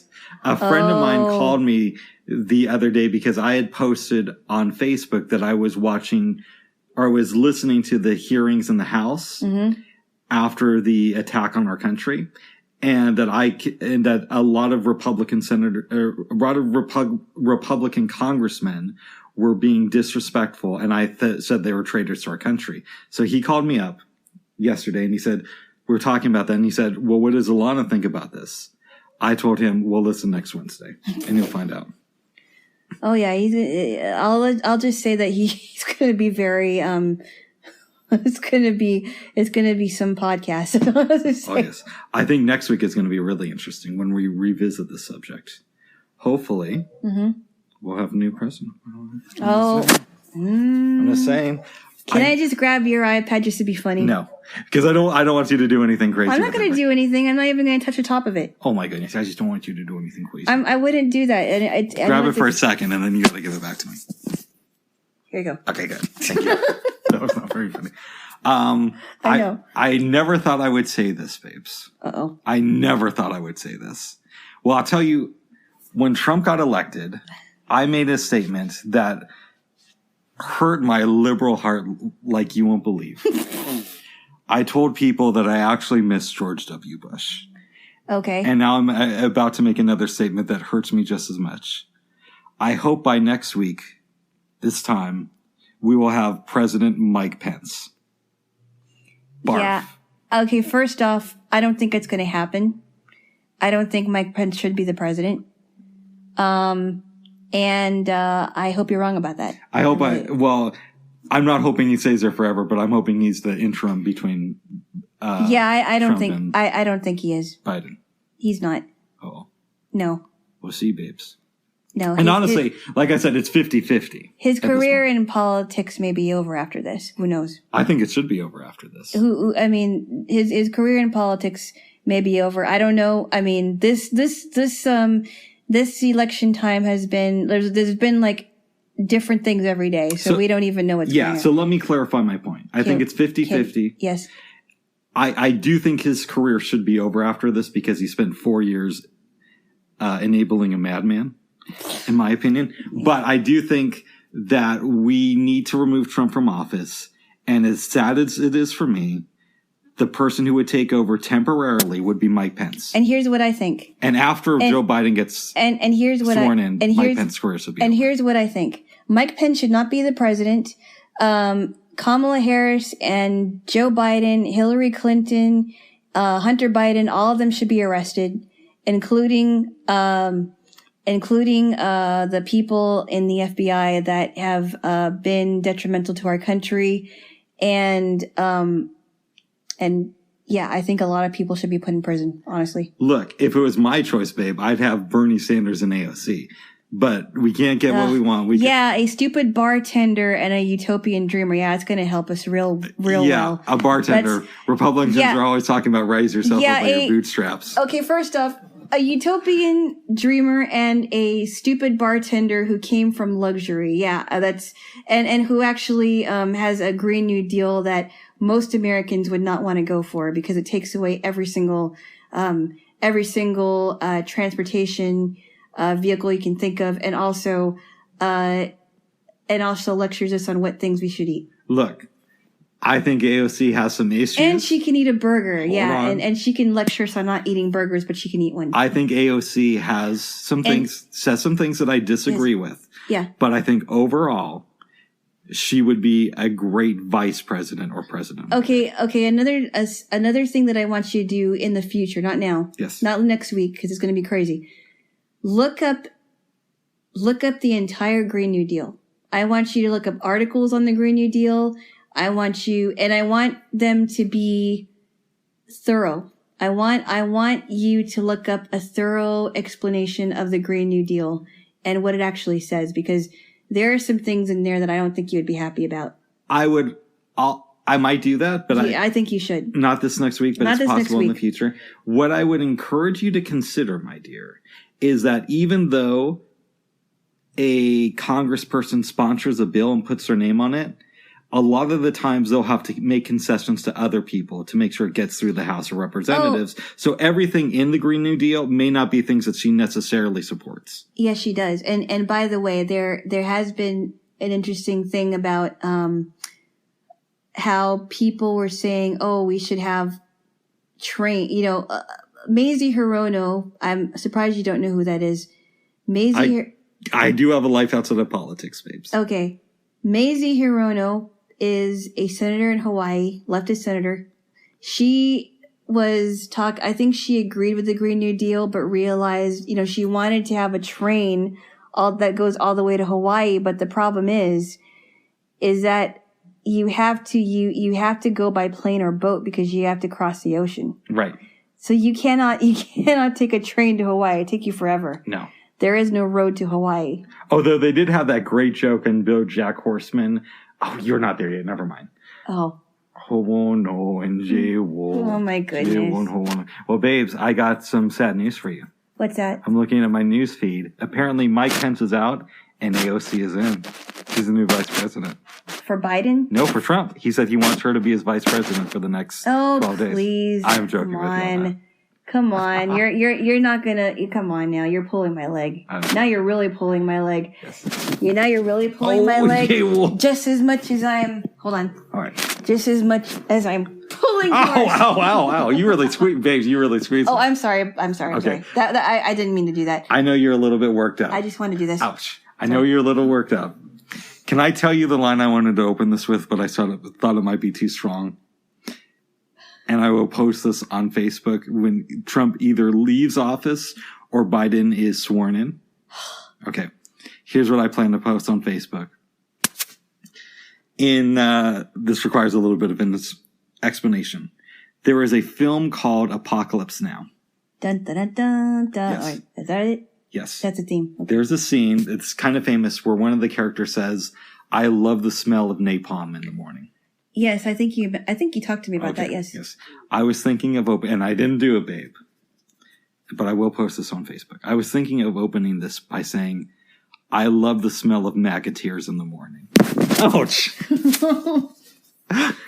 Okay, that was just wrong. But it is kind of funny, isn't it, babe? No, it's not. You brought a little. No, it's not funny. Okay, stop killing me. All right, can I get a kiss? Fighting words. Oh, babes, I need a kiss. Fighting words. I need a kiss, maybe. I think I've restrained myself for most of this podcast, but that's fighting words. Can I get a kiss? Babes, can I get a kiss? Come on. Oh, I thought you didn't kiss fascists. Only you, babes. You're the exception. Okay, that's fighting words again. Babes, you're my favorite fascist. All right, stop. Give me a kiss. All right. Give me a kiss. Okay, serious thing is over. I want my fascist you. Babes, no joking. Babes, no farting noises. Okay, that's enough. All right, Jaylo. This has been a lot of fun. Really? Yes. Okay. I think it's also been over 2 hours. People are gonna be entertained, I'm sure. Yes. I could be wrong, but that's my estimation. Would you like to share some dreams? Yeah, actually, I had a couple of dreams while I was taking my nap. Earlier today. Yeah, I must have really needed it because I was and I thought that I was okay when you got over here, but I was still a little tired. So I had a dream that, and you were in both my dreams actually, where we went to San Francisco. I think we were in some kind of a vehicle to San Francisco, and we passed by the place where Full House was shot, because Full House was shot, I think, in the world of Full House was shot in San Francisco, or based in San Francisco rather. So I thought that was kind of cool, and we kind of walked around, and it was nice and breezy, and it kind of felt like it was fall weather. So it was really nice. And then I had another dream where I had some family members over at my aunt and uncle's house, and somehow you ended up, you were going to stay over there, and my mom was saying something. I asked my mom, in my dream, I said, hey, I want to go with you tomorrow morning. I think we were supposed to go back to my place or something to that effect. And she goes, why don't you go with us? I'm like, yeah, well, what about Rick? I mean, what is Rick going to do? I mean, he's, where is he going to stay? I mean, she's like, well, can't you just tell him to get a ride back to his house or something? I'm like, what are you talking about? Where is he going to go? He's like, I think you should tell him to get a ride to his house. And I also think you should keep your doors closed. I'm like, What? Anyway, that was my dreams. So does your mom like me or no? No. I never said she didn't like you. Okay. Does she not like me or? No, she never said that she didn't like you. Okay, good. She said she thought you were really nice. Nice. And the one thing that she did notice was when you would look at people and talk to people, you would really look at them. Yeah. Like you were really paying attention to them. I think I told you I have a friend that's a mutual one of us. I have a friend too. Right, but this one knows the both of us. It's not an imaginary one of us. Oh, okay. And he said that he was really freaked out by that. That when I talk to people, I like to focus on them. I think it's a good quality. Mm-hmm. Now, I didn't know this when we were at the burger place the first time, because, I don't have any vision, so I wouldn't be able to know that. But I would imagine you're looking straight at me. Yes. Like when you're focused on someone, do you actually look deep into their eyes or try to look at them? I try to look at them. It's hard for me to focus on their eyes. Yeah, because you have to be closer. It's the same reason I don't like calling people when I'm heading somewhere. What? I prefer to talk to people when I'm at home and I'm not doing anything, so I can completely give them my attention. What do you mean you don't like calling people when you're heading somewhere? You know how you'll get phone calls from friends and they're on the bus and they want to talk to you? Yeah, I don't like that, yeah. Or they're at the park or they're on the boat. Right, I don't want to do that all the time. I just want to keep my conversation short. I want to focus on the person I'm talking to. Right. Right. And I like that because there's some people that even if they go to dinner, they're like texting people or they're calling people. It's like, it's kind of rude. Yeah. Did I tell you the cab driver story? Which one? I want to end on this fun little story. I have some dreams to share. So do you want me to tell my dreams? Go tell your dreams and then I can tell my story. So last week when we talked about Up, yes, I had some dreams. And obviously we can't post that episode. Yeah. But that morning, luckily what I did is I wrote them down. Yep. So I reviewed my notes before this. Okay. The first dream I had last week yeah. was I was giving an interview about this book I wrote about this man who was in a half dream, half awake state who became this big star. I couldn't get the book financed. So what I did was I turned it into a movie. And then I wrote a book version of the movie and I was promoting that book. Wow. So that was weird. That is weird. The next dream I had was my sister used to have this old house. Yes. There's this bathroom in the house. So I dreamt that I had become a famous director because I had shot a music video in her bathroom with people who had lived in the house before her. So like people from the 1910s all the way up to the early 2000s. Mm-hmm. And I'd released it as a music video and it was super, super successful. Wow. It wasn't a people taking a shit. It was them in the bathroom, like getting ready, brushing their hair. Yeah, nobody was pooping or peeing or whatever. No. Okay. I said taking a shit. Yeah, well, I didn't want to be so vulgar as to say that. Yeah, people were not doing that in the music video. I would hope not. No. But they were just like washing their face and brushing their hair. Okay. Yeah, so you got to see people from the 20s versus that is so funny. Yes. Anyways, the last dream I had, I was going home. I got into this ride share car, probably through Lyft. Yes. There were 2 other passengers. I told the driver that I wanted to be dropped off about 4 blocks away from where I lived at this apartment that looked like mine because I wanted to understand its relationship to the rest of the neighborhood. We're driving. Everybody in the vehicle is getting along. She drops off the first person near my apartment. I get back in the car. We keep driving. She tells me that we have to go downtown, drop the other passenger off, and then we'll come back around. We're near where Burgerville is. Mm-hmm. It's to our left. And I tell her, just let me out of Burgerville. She says she knows another burger place that stays open later, even though that's not why I'm going there. We drive around in this parking lot looking for the other burger place. And that's when I wake up. Wow. Yes. Now, Jaylo, you had a funny cap story. Yeah. This was back in 2012 when my mom and I were staying at a motel. Was it 2012? It was towards the end of 2011. I'm sorry. It was around Christmas time. And my mom and I were staying at a motel and we decided that we want to go to Lloyd Center. So we took we called for a cab and seriously, no joke. The driver that was driving us was on the phone for like half of the way there. And this driver was old. And my mom was like, well, I really didn't like it. The driver was talking on the phone, but she's old. I'm like, yeah, but she should be held accountable. You shouldn't be talking on the phone when you're driving people. And, she was talking to like a friend that was in Hawaii. And I'm like, what's more important, driving people to their destination or talking to your friend about nothing that's in Hawaii where you could be talking to them like later on in the day? Oh my God. And I was really upset. I was like, why isn't she not written up for this? I mean, I don't even know what her name was. But it's like, it was terrible. I'm like, you should not be talking on the phone while you're driving somebody. I don't know if I really call that a funny story. Babe. Well, it's not funny. It was just, I mean, I think it's funny now, but it wasn't funny then. Yes. Yeah.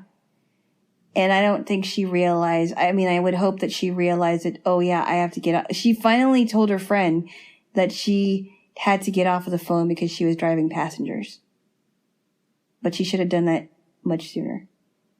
But it's funny now. I mean, it's not funny anymore. It didn't really leave me in hysterics, but I still love you there, Jaylo. Oh, my. Do you want to talk about what we're doing for dinner tonight? Yeah, we are going to make tostadas again because we still have a lot of tostada shells and sour cream. And I bought more cheese, more pinto beans. Avocado?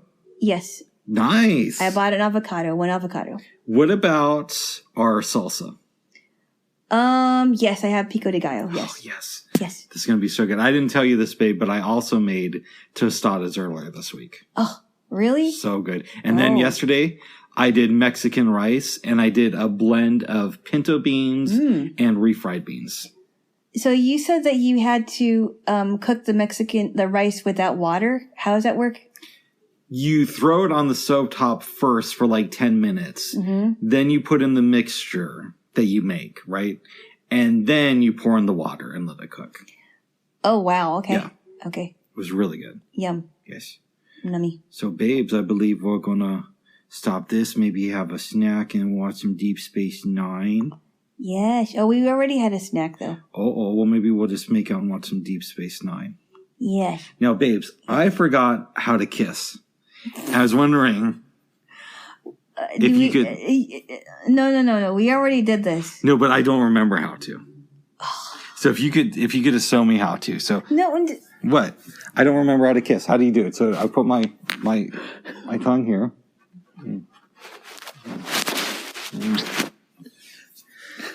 What? Hey, babes, I just realized something. What? I have a short-term memory. I forgot how to kiss. Could you? Can we do that after this is done? Do you have anything else you want to say? I have to say that this was quite a podcast, and I think both of us have gotten whatever we were feeling out of our system. And I think in the end, it ended well, and nobody is storming out and fuming. So that's good. I do think that we are going to have an ongoing discussion. We are. About what's going on with Trump, because this has huge ramifications, whether you're a supporter of his or not. Oh, yeah. And I do think that I was correct. No, you're not. Do you have anything else you want to say, babes? You're not always correct. That's what you have to say? Yes. All right. All right, guys. Make America great again. Arrest Trump.